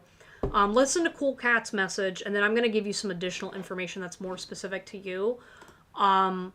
But you're not acknowledging how anxious the situation is making you feel. It's called a fawn response. So what happens is, if you are in an unsafe situation or feeling a certain kind of way, Wait, Playboy Bunny, didn't you have were you the toxic situationship? Mind over crackheads. Hello, Hugo. I feel like the last artist to perform at an award show. Aww. Yeah, you're the star of the show, last but certainly not least. You also get to hear all of the other people's readings and go like, oh wow, they're going through the same thing, or wow, there's a lot of tea. But yeah, I was gonna say, Playboy Bunny, were you the one getting the reading about the toxic situationship? Oh, you were the gang cartel guy. Okay. All right, that's why I'm like, I think I'm just getting confused because I'm literally like, the energy's so similar that I'm just like, I'm sorry. Yeah, no, like, yeah, you need to keep a real clear head, and then your spirit guide team just wants you. So, about fawning responses, right? He confessed, yeah, yeah. I was gonna say, I feel like you generally don't feel safe around this person. I don't think you have a very good relationship with your body to be able, like, I feel like you're used to your boundaries getting crossed by men, so you're not, like, your ability to discern whenever you hang out with an unsafe man, that trigger does not go off in your head. So what's happening is you're allowing guys in to be like, oh, okay, whatever, and then it's suddenly like, your body's saying, no, no, no, no, no, no, no, no, no. So that's why your spirit guide team's saying, slow down. Like, really, really slow down. Don't get caught up in someone else's mess. Like, I'm really feeling like, don't get caught up in someone else's mess. I'm gonna be back in 5. Yeah, it might be a little longer for you, Angelus. So just let you know. Because these readings, I do try to take time with people. Yeah, and so, like, I do think, like, with him confessing that drunk to you, like, you wouldn't have gotten that out of him sober, and I won't lie, I think part of the reason why he confessed it was he was feeling guilty. I don't know if he's also getting some spiritual pressure, from his spirit guide team, but I don't really think that he was going to normally give up that information. So I think this is just the universe literally saying, take the information and be, like, really honest with yourself and say, hey, I don't want to be involved with that kind of shit. Like, depending on, like, you know, if you want to have healthier relationships and you are genuinely serious about moving towards a better direction in your life, you can't accept that shit anymore. I know it sucks because, like, oh yeah, they're fun to party with, yeah, they're good in bed and blah, blah, blah, blah, blah, but, like, there's a reason why they're good in bed. There's a reason why they're a good party animal. Because that's how they find safety in chaos. Chaos shouldn't be your default. And so if you're only used to chaos, you project that outwards. And so then you seek other chaotic individuals. And then when they come and harm you, or when they don't have the ability to take care of you, and shit goes to hell, then you're like, oh my gosh, that guy's crazy, blah, blah, blah, blah, blah. But it was like, you already knew he was crazy. You signed up for the crazy. You say okay to crazy. You know what I mean? It's like, so set some, like, boundaries, you know? It's like, obviously we don't want to judge people based off of, you know, their past and whatnot, but be really, really clear with who you're allowing into your life and what boundaries you want to set. Because, like, if they say, hey, by the way, I'm addicted to crack, and then you go and hang out with them and they start doing crack and you're hanging out with, like dealers and shit like that, and you're like, oh my gosh, I'm, like, really not feeling safe. No shit! Like, sorry, I'm gonna be your friend to say, like, no shit. I'm gonna tell you like it is. I thought it was just, no. No. Yeah, no, and, like, that's the thing, is, like, I think he felt you were the same kind of crazy as him, and you were not. Like, you're not. Like, you're more like, yeah, I'm a party girl, I want to have a good time. You know what I mean? But, like, the signals were there. It's like, you just don't understand stuff about gang culture. So you would have noticed all of the warning signs and been like, oh, that's what's going on here. And then you didn't take it seriously. And he feels bad because I think like, and so, like, that's the other thing too, is, like, it's okay that you weren't aware about that situation in particular, but it's also just acknowledging that, like, you are a caring person. And I don't think this guy, like, obviously, I don't think this guy in his heart is, like, a bad person. He just made really poor life decisions and he's committed to a certain kind of lifestyle. However, if you're only allowing, like, I don't know, if you're, like, making excuses, there's some kind of, like, a not acknowledging that it's like, hey, It's not like a leopard's going to change its spots overnight, and it's not going to change just because I date him. I don't know if you have a habit of rescuing people, but like, it's like, I like to drink, but I'm not like a chola. Yeah. Yeah, and I think you're now kind of getting the taste of the other side to go, whoa, whoa, whoa, whoa, this is a little more than I signed up for, you know? And, like, this is kind of why, like, you know, when you, for example, if your parents find out you smoke weed, and then your parents go, oh, shit, like, I don't want you smoking weed, and blah, blah, blah, and, like, you know, they sitting there, you know, slapping you upside the head, and you're like, but, Mom, it's just weed. That's why they freak out. They're not freaking out because of the weed. They're freaking out because they're like, all right, well, do you have the boundaries to say no to this other stuff? You know, that's every parent's worst nightmare is, you know, their kids out there having a good time and then suddenly they're caught up in shit that they can't handle, you know? That's why people that care about you freak out when shit like that happens. But it's important to acknowledge that freaking out is a show of love, and to also say, hey, you know, just because you can see the humanity in a person, their choices are their choices, and you don't need to get wrapped up in other people's bullshit. You know, I want him to be the guy that I want, but, like, I accept his toxic tendencies because I'm also not perfect. But, like, that's the thing. There's a huge difference between I'm not perfect and I'm going around and, you know, doing shit that would put my girlfriend at risk, right? Like, and so this is something that I'm going to say to everybody in the audience. I don't care what your gender is. And I'm going to say this because I think there's some guys watching for some reason. But, like, I don't care what the gender is. Your partner will not make life decisions that will put other people at risk if they care about you. Okay? If they care about themselves first, and they care about, like, first of all, they have to care about themselves first. Because a person who cares about themselves wants a partner that's going to, you know, make them feel good, right? And provide something to their life that's positive. If they don't like themselves, they're not going to like their partner that much. And what's going to happen is someone who's caught in that kind of shit, they need a partner and a match to someone who is okay with being in that shit. Because they don't value themselves or they're not capable of getting out of it. So, he doesn't give a shit about you if he's making decisions continually. I can say from my personal experience that there was someone I really cared about, that the moment I really knew I was in love with that person, I said, there's shit I need to face. Because there's no way in fuck I'm coming to this person trying to commit to them with me having this toxic quality.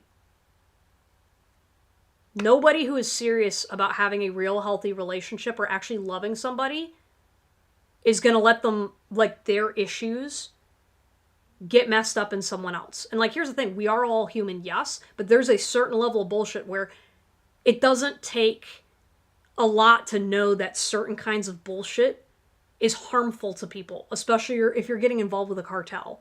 I mean, people end up dead. That is very different than having a drinking problem. Okay? And you can see him as a human, but he needs to deal with his shit on his own without a girlfriend. Especially, you are not built for that lifestyle. You are not built with the ability to protect yourself from that lifestyle. And you have to be able to understand that he feels bad because he wants to protect you. Okay? Right? And I hope that you value yourself enough to listen to his warning. It's like, for example, like, I've seen this on TikTok a lot. Like, when a guy tells you that he's not good enough for you, he's saying it because he means it. Okay? He's not saying it to make you feel better. He is saying it because he means it. So what you got to do is believe him and leave. You loving him more will not change his capacity to take care of you. Even if he's in the works of trying to get his shit together. He does not have the capacity to take care of you. That does not change the truth. Okay? I'm saying this. I'm saying this as your random internet friend. For the love of fuck, get away from dudes for a bit until your picker is a little bit better. Because I feel like your jadedness towards romantic relationships has caused you to skew so far to one direction that you're now allowing dangerous people into your life. Like, that dude should not be allowed in your home. Like, the moment he says that shit, be like, all right, I care about you. I respect we had this relationship, but I don't engage with that sort of shit. No, thank you. You're not a bad person for saying that. He knows what he signed up for. He knows that if he wants to change, he can. He has to make that on his own. Because also, here's another thing too. You can't, you can't rescue someone that's in that situation. Because it's kind of like the same thing where, like, think of, like, the girlfriend who keeps going back to the boyfriend that abuses him, right? If you've ever seen that sort of dynamic play out with people, she could have the knight in shining armor rescue the girl, and you know what she does? She cheats on him with the abusive asshole and goes back to him. Unless he wants to change and has the tools to change, you're just being codependent. So really look up codependency. Please acknowledge, the patterns where you are harming yourself by remaining in situations like that. And please, please give yourself some grace while you go through this process, because one of the problems that happens too is like, so I woke you up, right? I told you this. Then you're going to start feeling ashamed for caring about him. And I really, really want you to understand that he is not a bad person. He is trying to survive. He has his situations, his life choices. You are not a bad person for caring about someone that's in that situation. You are not a bad person for wanting to help someone in that situation. You are not qualified for it. You are not responsible for it. It is okay. You are not a bad person for pulling away from him, because you need to take care of yourself. You need to have better boundaries. You didn't know. You have the information. Now it's time to shift to move in a different direction. That's really important for you to acknowledge, okay? All right. Thank you so much, Playboy Bunny. I wish you the best on your situation. Okay, Cutie Cat, you are up. Then Saladone, then Deepa, Hierophant, ZC, Gollum, and Angelus. All right, Cutie Cat, you are up.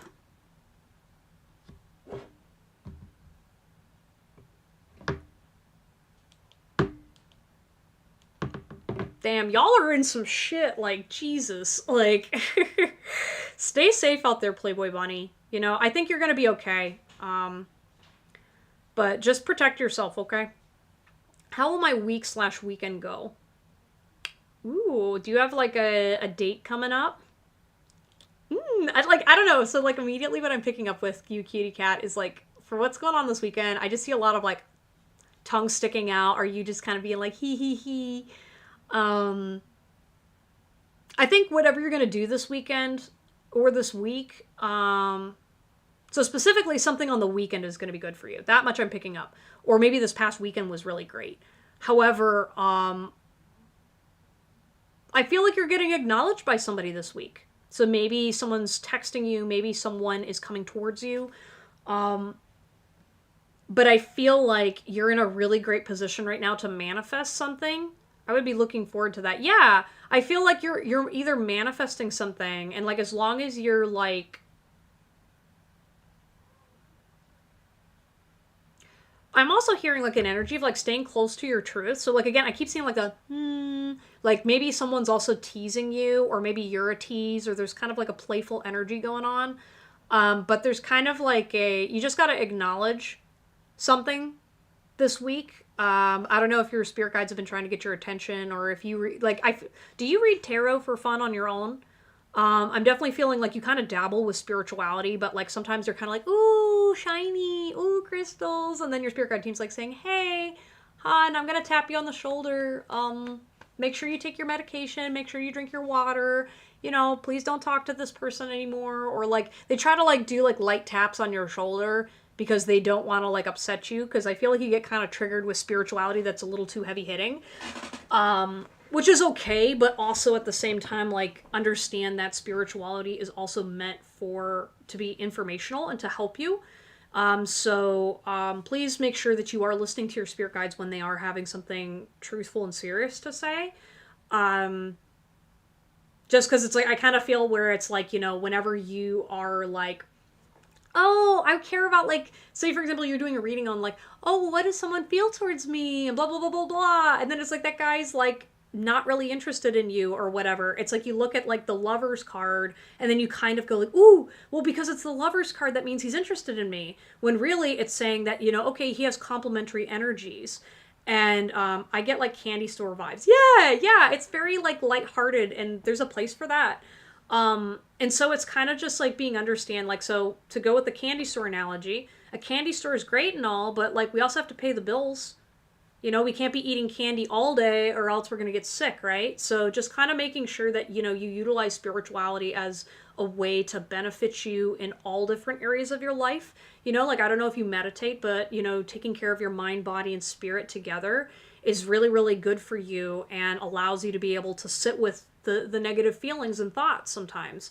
Or, you know, it doesn't even have to be negative. You know, it's like sometimes if it's just like, hey, your spirit guide team could have warned you that you were going to get a flat tire, but because you're kind of like only focused on just the super positive, there's like a bunch of like neutral gray area things that you could utilize your intuition for.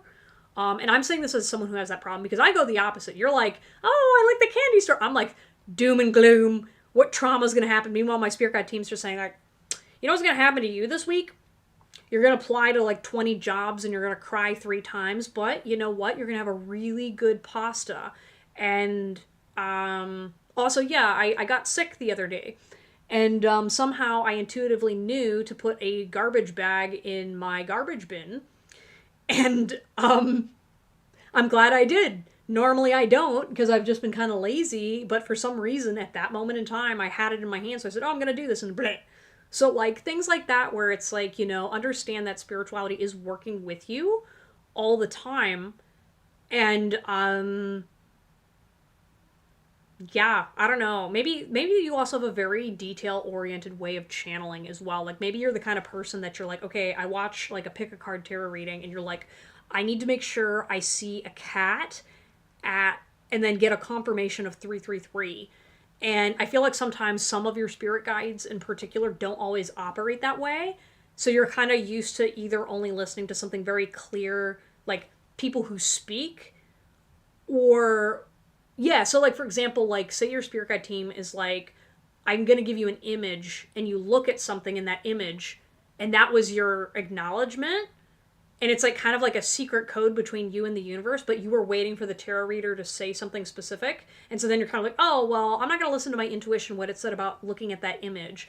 Instead, I'm only going to focus on what she says. So just pay attention to that whenever you're getting getting readings or using your intuition. Girl update. Ooh, thank you, Amanda. Thank you. Thank you for bringing the tea. I love this. Okay, cutie cat. I listen to the YouTube channel Meditative Mind when I go to bed, and I astral project sometimes, and I'm like, wee! You're like, I'm just gonna soar right over all my problems. Yeah! I totally relate to that, though. Yeah, but anyways, though, thanks for stopping by, cutie cat. I hope that helped you out, and, you know, just make sure that you're acknowledging all of the things the universe has to offer you.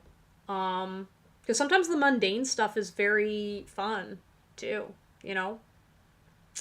Hey, Amanda Kate, so just let you know, I did close the list, but I will be doing readings again on Thursday, so... Yeah, sorry. I'm trying to, like, stay on top of things and make sure I get to everybody in a timely manner. Alright, Solidone. You're up next, Solidone, then Deepa, then Hierophant, ZC, Gollum, and then Angelus. Yeah, sorry, Amanda K. Yeah, I've just been kind of drained today, so I'm kind of like just going through the list and making sure I'm getting stuff. But I hope you're doing well. I hope everything's okay on your end. Yeah, like I literally had like 3 different back-to-back stuff. Okay, Solidone, thank you for being so patient, guys. I appreciate it. I want to also make sure that like you get a full reading experience. That's why I do set boundaries like that, because I want to make sure that you're getting something out of this.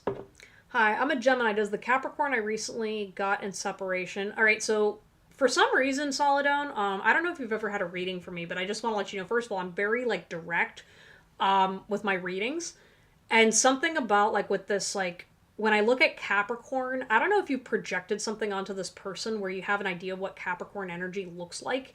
And I think it's kind of like, be very careful when you're using astrology and astrology energy to project onto a partner. I'm only saying this because it's picking up in your field in particular. And I'm just acknowledging it because there's something about, I'm looking at this Capricorn and I was like, why am I sensing this energy? It's very like, this person is like Did he like not like spirituality either? I'm just saying this because I have a feeling something about this relationship really kind of caused you to like. There's a shift in your relationship with spirituality as a result of this person. That I don't know what it is, but it's like. Bleh. I recently got in separation, no contact with miss me, think about me, or wants to reach out. I think that's kind of the least of your concerns in regards to this relationship. I feel like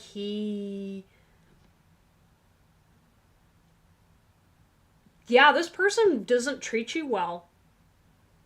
Okay. I really want you to have boundaries with yourself. I feel like the no contact order wasn't, or sorry, no contact order. I'm sorry. This no contact was very intentional.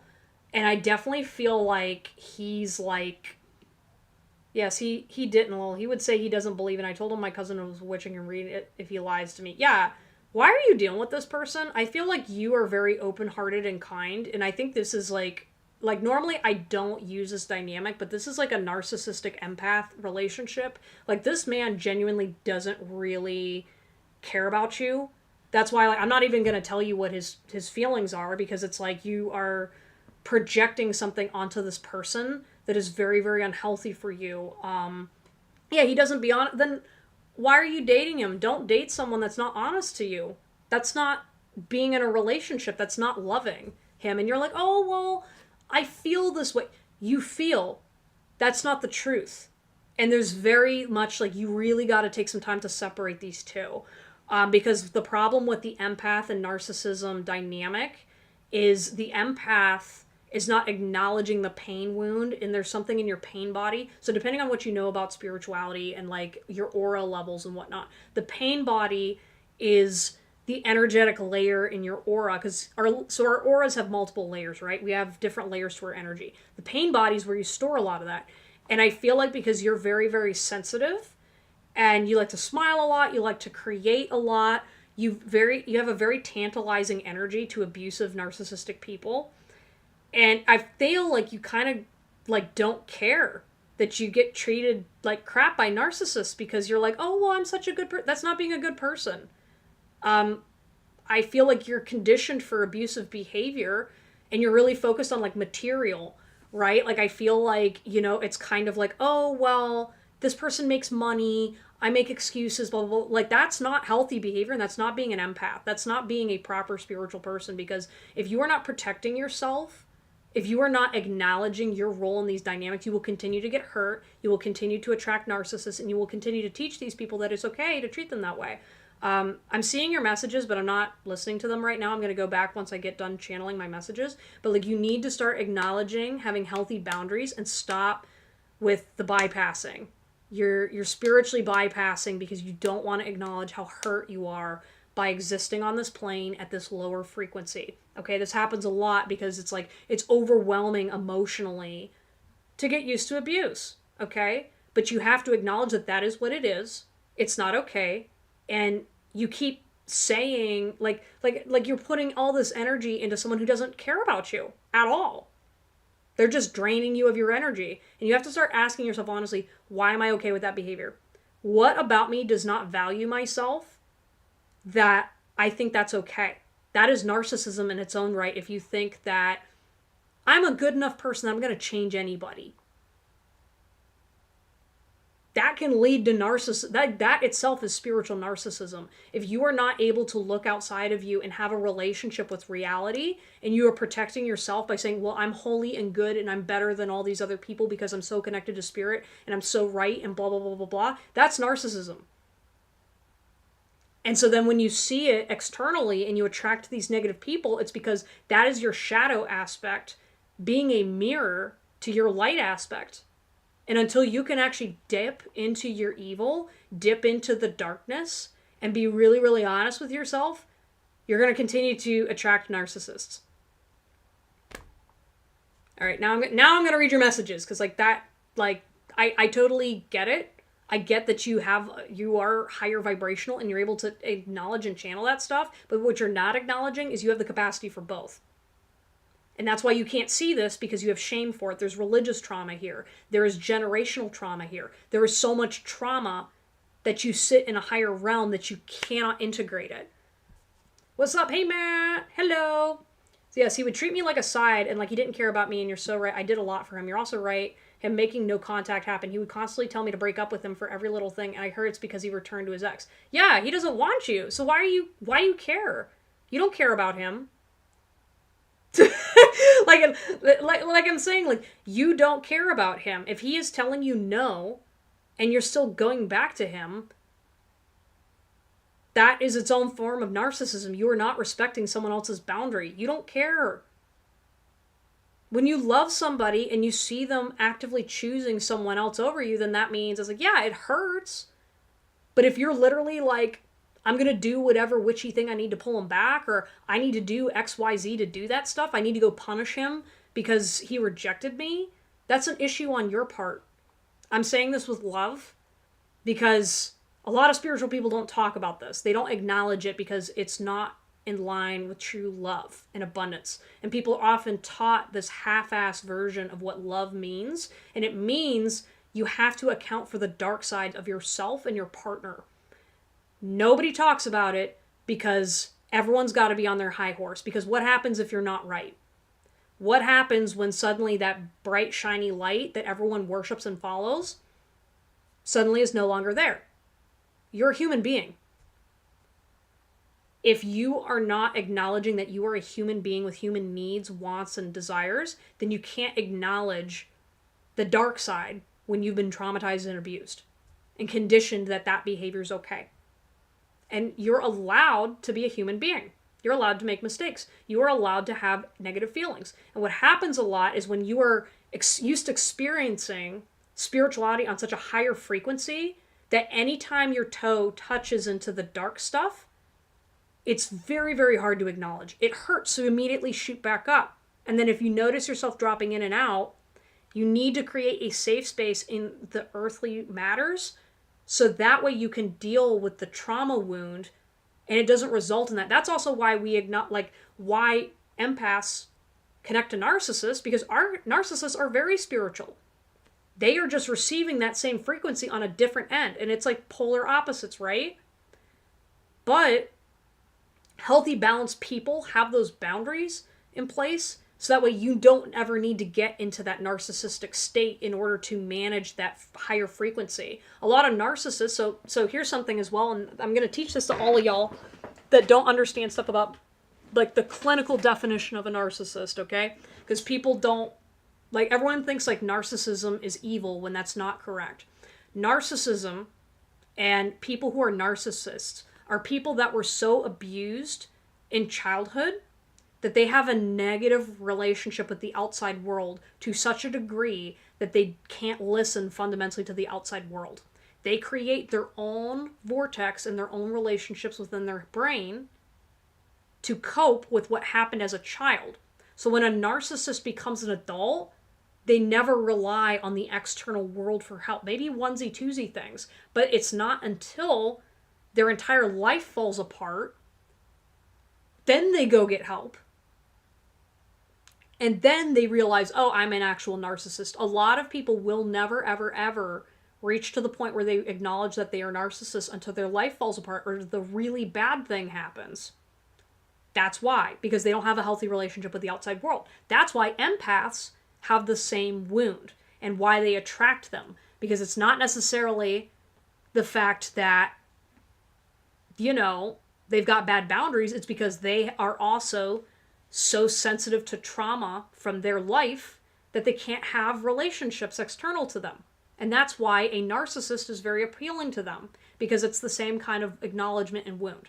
So anyway, Solidone, please stop showing up for people like that. Please love yourself and please acknowledge, what you're doing in your relationships. That way you can stay grounded and have healthier, safe relationships.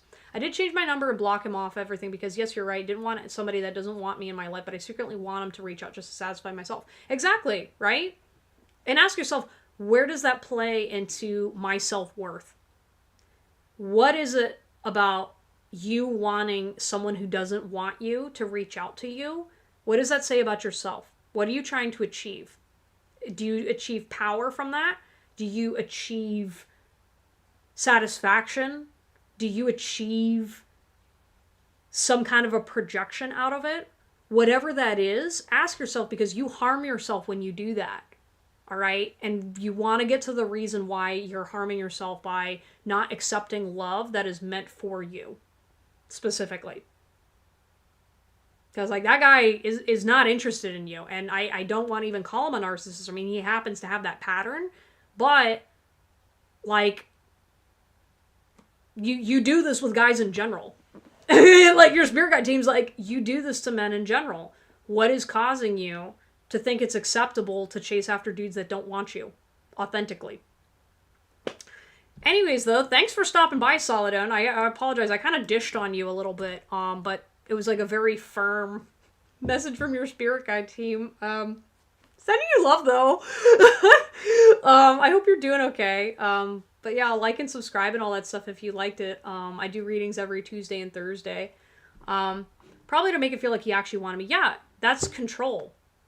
It is, but like, here's the thing, like, it's okay to acknowledge it. Like, that's the first step of diving into those deeper negative emotions, is if you can't acknowledge them for what they are, then they will always come out to harm you. So don't shame yourself for being a human being, okay? Because it's a very human response. And depending on, like, what age your trauma happened, what age his trauma, there's all kinds of layers to this sort of mess. But it's like, I'm feeling like there's a lot of nonsense shit that, like, you gotta face yourself and understand that you can face yourself, you can heal, and you can do it in a way that's better for you than the path you're going on right now. Because right now it's like a self-righteousness, and it's not actually serving you. It's not actually making you a better person. It's just putting your brain into a box and then ignoring all the problems that are messy because the people around you couldn't handle their own mess. You know, that happens a lot with religious trauma. So wishing you the best, Solidone. All right, Deepa, you're up. Then Hierophant, then ZC, Gollum, and then Angelus. Okay, Amanda, I'm gonna look at your message. But Deepa, you are up. Amanda. Okay, so after your reading, I will tell you the tea. Okay, Amanda.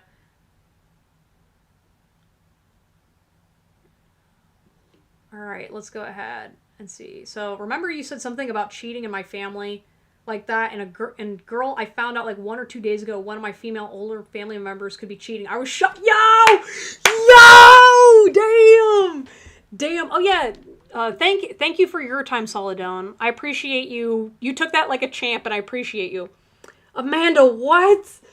Yo, that's crazy. Crazy. Bro. I'm glad someone acknowledged it, though.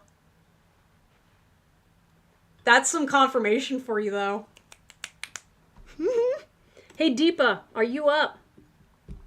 Deepa, then Hierophant, then ZC, Gollum, then Angelus. So Deepa or Hierophant, please show up in the chat if you want your reading. Otherwise, I will move forward.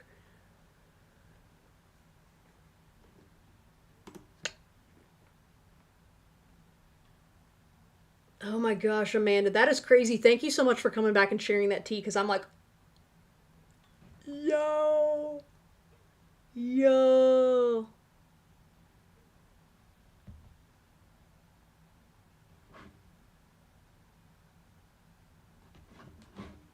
Oh my gosh.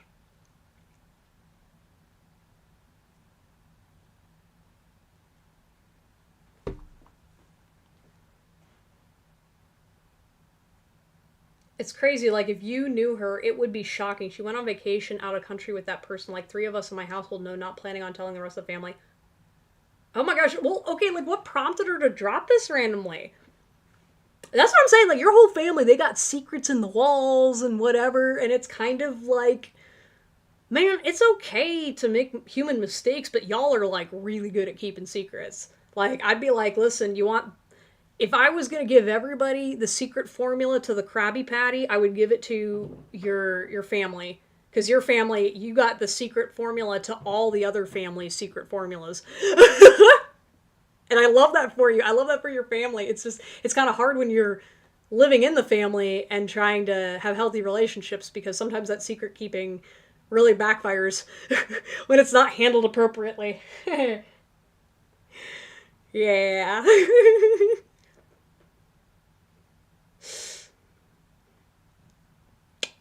Hey Deepa, please show up. Otherwise, Hierophant, you are up next. And then ZC. So Deepa, Hierophant, ZC. Come on, Dan.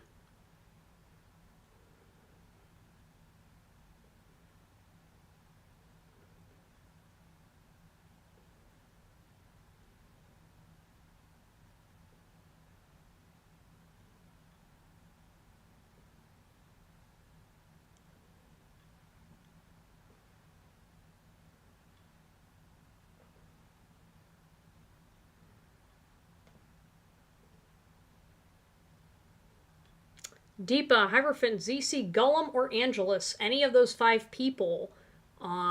Post your head in the chat, or else I will do Amanda your reading.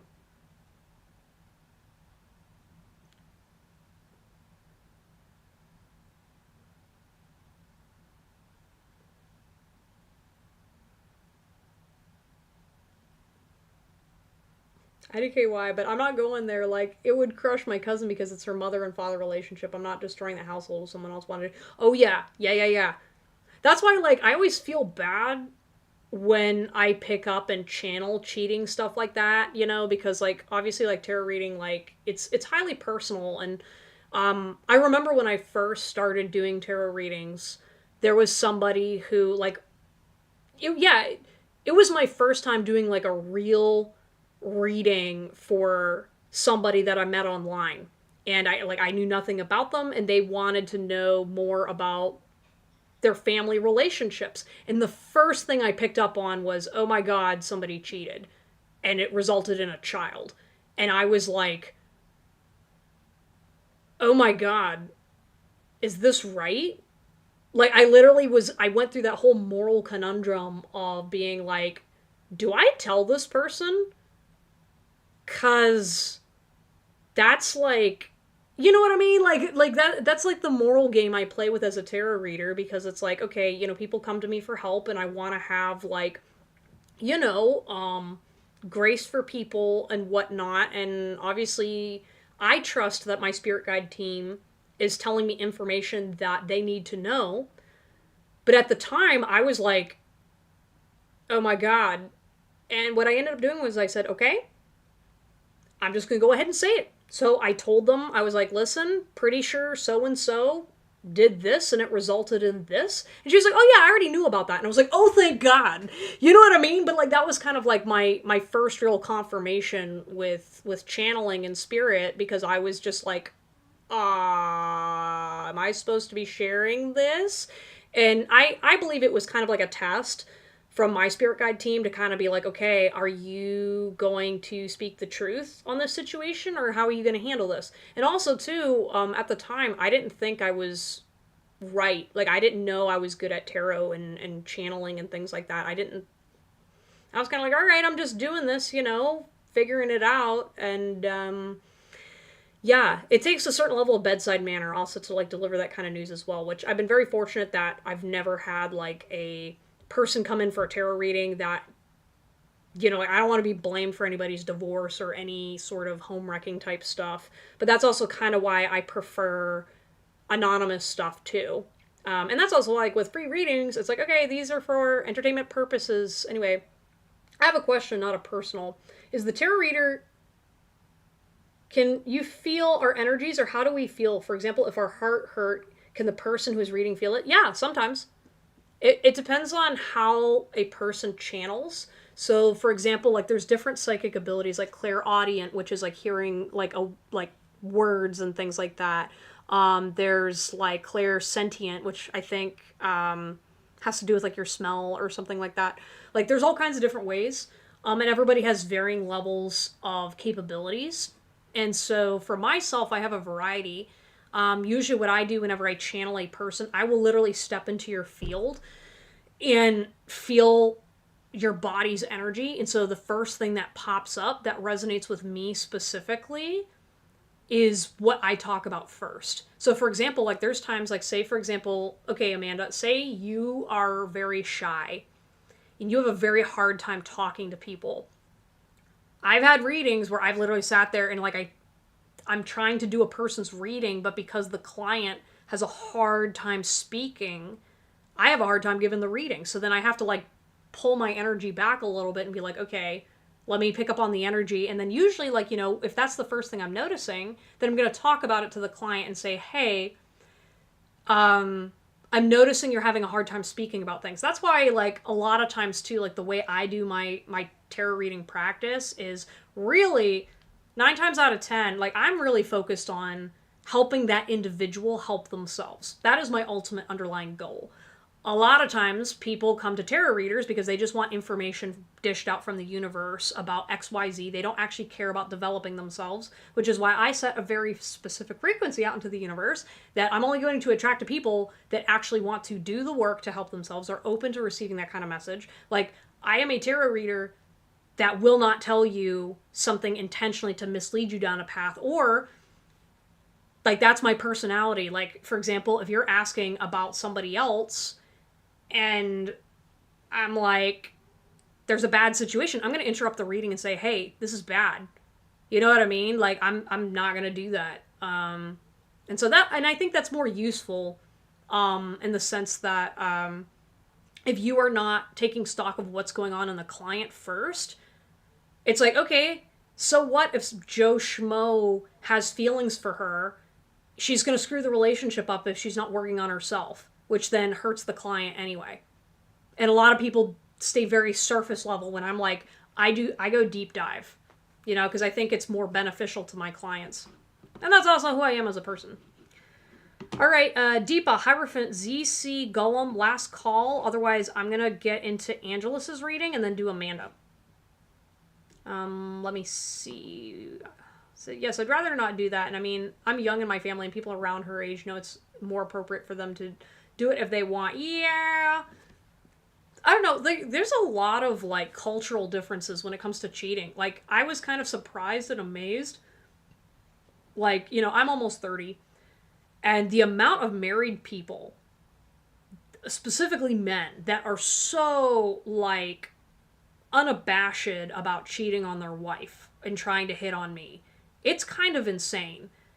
And what I began to realize was I didn't realize a lot of people don't necessarily consider infidelity a problem in their marriage, or they kind of are like, oh yeah, well, I know he's cheating, so I'm going to sit and use that as leverage to get out of the marriage. And it's like, it's really not like people don't get married because they care about each other. It's very like political and financial, which makes sense because of how our society's built. But like for me, I used to always be like, why do people do that? Like, why would you bother marrying somebody that cheats on you all the time and blah, blah, blah? And it's like, well, it's because of money. It's because of other things. Like, they don't actually care about their spouse. And a lot of families are kind of used to those dynamics. And that was new to me. And so now I have, I think cheating as a phenomenon is very fascinating as a society too, because it's like everyone's like the amount of people that get away with such abusive energy that use cheating as an excuse to treat each other like shit is abhorrent, right? But to me, I'm like, there are so many people cheating, yet no one's talking about it, right? I'm like, all of these people are dealing with cheaters, but then like, where the hell are they? Why, like, there's this whole disconnect where it's like there's cheating as a social taboo. It's not, you know, talked about in a healthy way. And I think it's like a loophole in society for people to just dish out on each other and treat each other like shit. So, I don't know. My views of cheating have definitely changed when you look at it from like a psychological perspective. But it sucks though. Like, everybody gets hurt. And, yeah. You know what I mean? I wish I had a better answer to it, but it's like, it's a social conundrum that I've always been like, how do we solve this problem? Because everyone's like, well, they're just a bad person. I'm like, there's plenty of good people that cheat on each other. Like, that's not a strong indicator of being a bad person or not. Now, okay, I say that, but then it's like, oh, well, what about XYZ things? And then I'm like, yeah, I mean, like, it can be, but also, like, it just means there's an issue within that person, and you shouldn't cheat on people. You know, you need to own your mistake and leave. I don't know, I'm like feeling all this like, do I have like an issue with like, oh my gosh. I just like triggered something in myself because I feel like, oh my gosh, like first of all, serial cheating, right? Like people that like go around and serial cheat, like I can't comprehend that. And like people like, you know what I mean? Like there's no consequences to it. You know what I mean?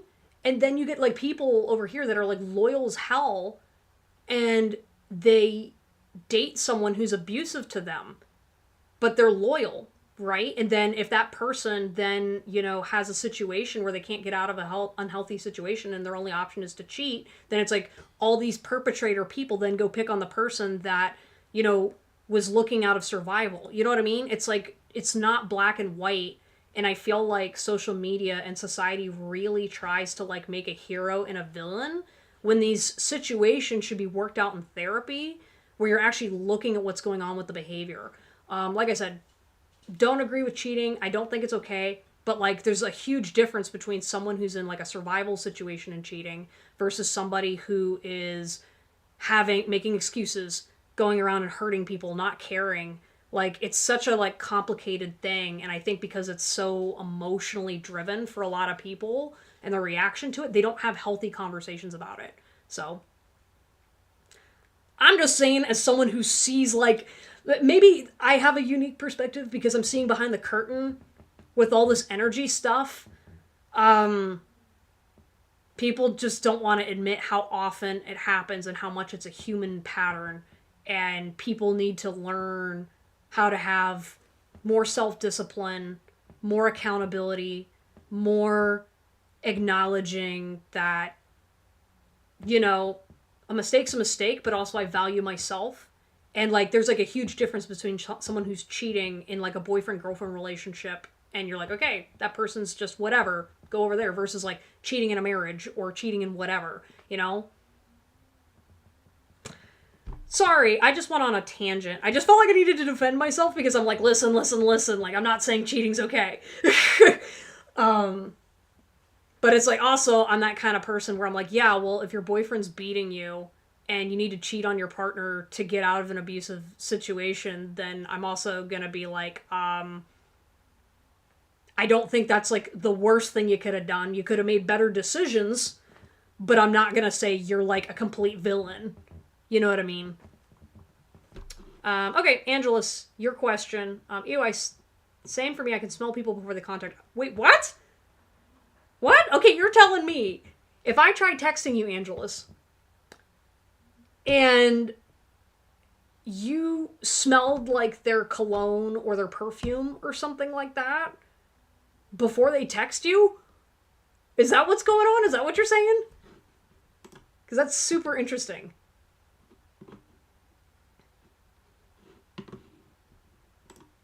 Okay, but yeah, Angelus, I think, let me go find your question.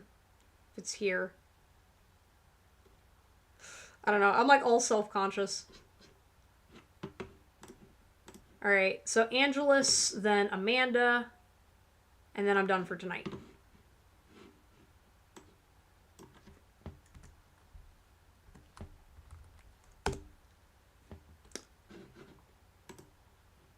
Sorry, guys. I have a tangent. I have a bad habit of going on tangents. But that's also why I say it's a hangout as well as doing readings and whatnot, because it's like sometimes I like to just talk about topics and get into debates with people. Like, I'm okay with debating and talking about this stuff because I feel like social media gets very, not realistic. You know, like, you know, kind of like what I was doing with that reading with the other person. Everyone's got a moral high ground. And when you're actually, like, seeing people behind closed doors, you know, I don't think it's beneficial to shame people either way when you're trying to help people heal. And that's, like, specifically the space I want to create is, you know, you can't heal something if you don't acknowledge it's a problem first. So, yeah. But it is frustrating and it's painful, you know, and like I'm very much a advocate for like working through the pain. And like, all right, let's sit with it and be like, all right, let's look at that side of ourselves that we don't like You know, so like maybe if you have a pattern of cheating, or maybe if you're like, oh, I'm in a relationship but I like thinking about somebody else and blah blah blah blah blah, like that happens. Um, and people need to learn to have healthy respects, but like people can't create healthy boundaries if they're like shaming that version of themselves. So can you give me a reading of about your manager? Just an update. I did tell him my situation. He's currently waiting on his boss for the final call. I'm so stressed and I have so much to do. Um okay, yeah, because like I've read for you before with your situation. Um I just need to like tap into this energy because your energy is like really confusing. Whatever the heck.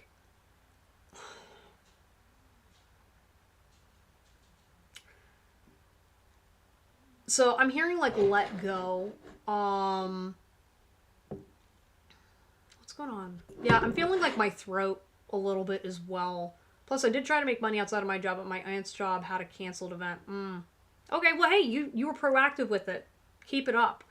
Um,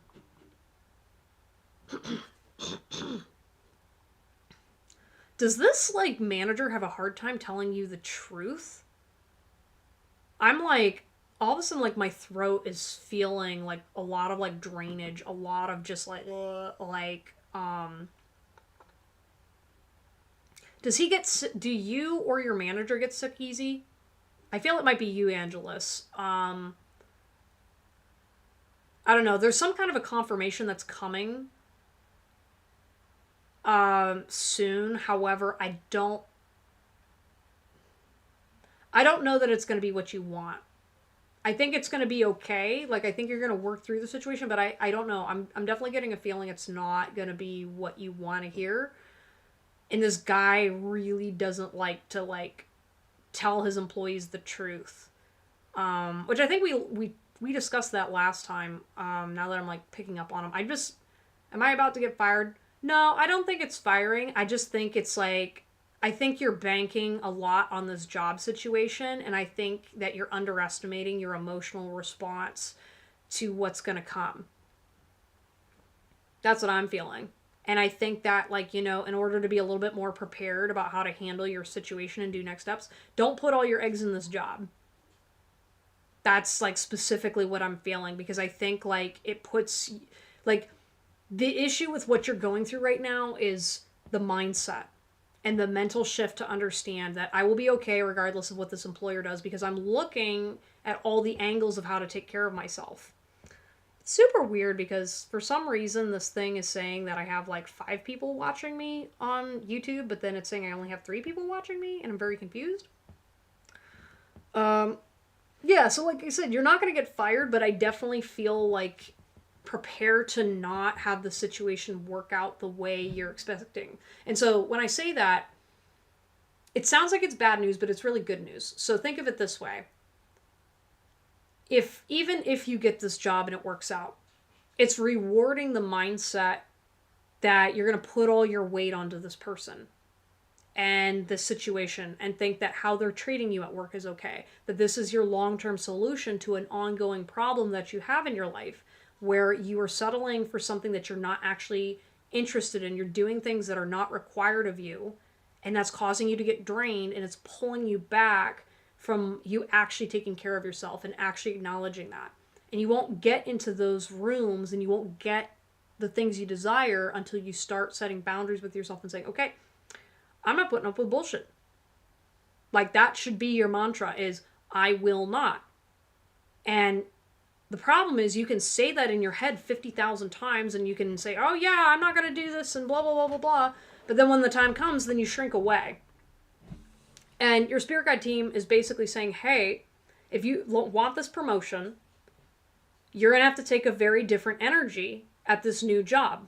So it's like, okay, you get the job, but you're still thinking from your old role's perspective. You're not making the mental shift, and then it's going to cause you to feel like a failure, and then you're going to slip up, and then it's going to spiral. Because you do that. You don't give yourself time to mentally transition into a new role. I'm so stressed and my birthday is coming up. I want to celebrate it. Yeah. Honestly, I'd say just like ask for some acknowledgement. Maybe set some boundaries with him to say, hey, I'd like to know by this time, please give me that, but I'm also looking for other jobs. Because I think you deserve to have a promotion, and I think that, you keep yourself helpless when you stay working for a job where there is no career advancement. And, like, please acknowledge that, your ability to advance is being limited only by your lack of imagination of seeing something better somewhere else. And I know right now it feels very limiting, right? But that's, like, the problem. When it feels that way, that does, like, your feeling is getting in the way of reality. And, my recommendation to also help with your stress, really take stock about what's going on. Really try to, like, detach from your stress and be like, all right, what's actually wrong with going on? This isn't where I'd like to be, but, like, is the sky really falling? Maybe a little bit. Maybe no. Whatever that answer is, you got to sit with it, stick with it, and then be like, okay, I'm being serious about fixing it. Because right now, I feel like you want to fix it, but you're not committed to fixing it. You're not bringing it down into being like, hey, if I'm going to be in charge, I'm going to be effing in charge. Like, I am in charge of my life. I am in charge of my boundaries.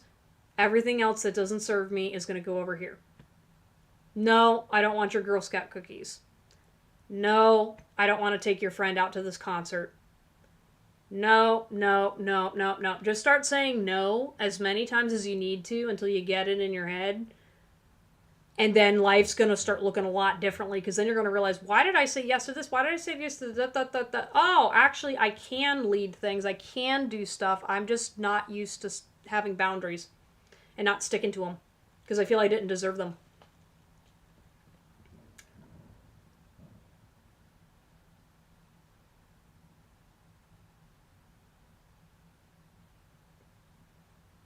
Wonder what that was. Some kind of a breaker? I don't know. Yeah, plus my phone is broken. Aw, I'm sorry. Yeah, just one step at a time. And, like, here's the thing. Like, if you're in a financial situation, or if you're in a position where you're like, oh shit, the more you say, oh shit, instead of, how do I fix this? Don't give as much energy to the oh shit. Give more energy to, like, okay, what can I do right now? Put the energy and anxiety aside. Say, okay, what can I do right now? So it's like, all right, my phone is broken. Is this a priority right now? Probably, because that affects your employment. So every single day, come up with your priority list system. Hey, the Chew. Hello. Hello. But, okay, Angeles, that's your reading. Yeah, you're going to be okay, but, like, really take your mental health seriously, because I think that's really your biggest blockage towards getting a lot of your issues resolved. You know what I mean? And, like, maybe just practice getting some discipline in your life. You can do it in small, harmless ways or something else. Maybe exercise or whatever you got to do, but really start taking yourself more seriously, because I think it's going to it's going to make things work out for you a little bit better. And also, if you're looking for a new phone, try looking on Facebook, or, like, try finding, like, cheap places to get a replacement. And I do feel like you'll get to celebrate your birthday. I think it'll be okay. Yeah, but like I said, you are externalizing all your power to him. You got to be looking at the whole picture of ways that you need to support yourself. Yeah, I've been filled with anxiety. Yeah, for sure. And that's why, like, giving yourself control back is how you're going to have less anxiety. Because it's very different if you're saying, okay, my boss has control over my entire fate. That's making me anxious because he has control over my life. The moment you say, I have control over my life, and I know that if things don't work out with my boss, I've got a plan to do the next thing. I've got a plan to do X, Y, Z. You will be significantly less anxious because you're going to teach yourself that I can do that. Someone else took away your energy and your ability to do things. And I mean, yes, I know you said you had, like, some health issues or something, but at the end of the day, that anxiety from that is leaving you more trapped than you should be. So don't give your power away to anybody else. Come back to self and be like, all right, I may feel anxious. I can take action, though. It's just feeling worried. It's just a feeling. The feeling is not a reflection of reality. And so you have to, like, kind of handle it in a way where it's like, all right, I'll let myself be stressed for 5 minutes. Then we're going to focus on coming up with a solution. Get yourself grounded. Take time to relax. But then focus on the solution. All right, there you go, Angelus. Hope you enjoyed your reading. Amanda, it is your turn, and then I will be done for the night.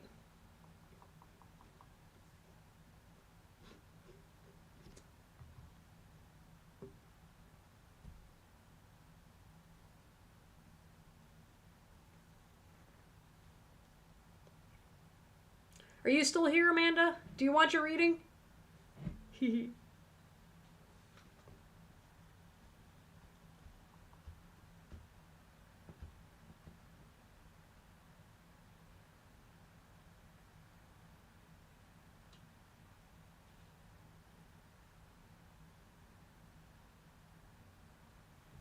Have a good night. I wish you the best of luck.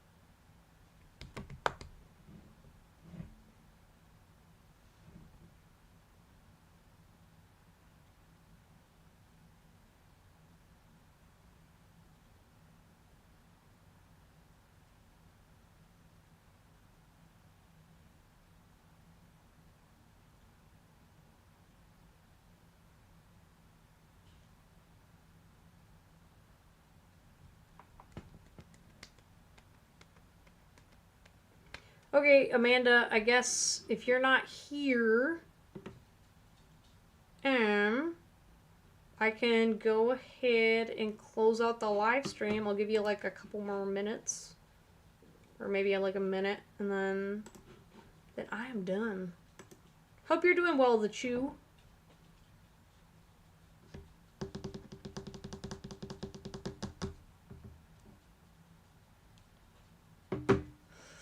Yeah, my power went out earlier, because we had a circuit blew, so we're gonna go ahead and fix that after this, so.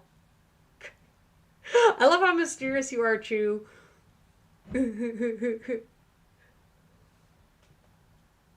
your random emoji thing.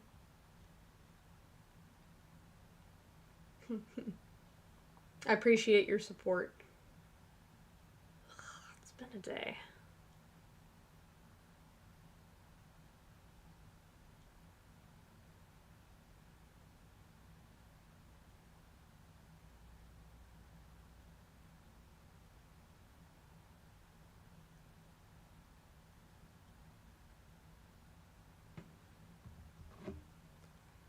Okay. Alright. Well, since there is nobody else looking for readings, thank you guys so much for joining me today. You know, like and subscribe if you have not so far. And I will see you all next time. Goodbye.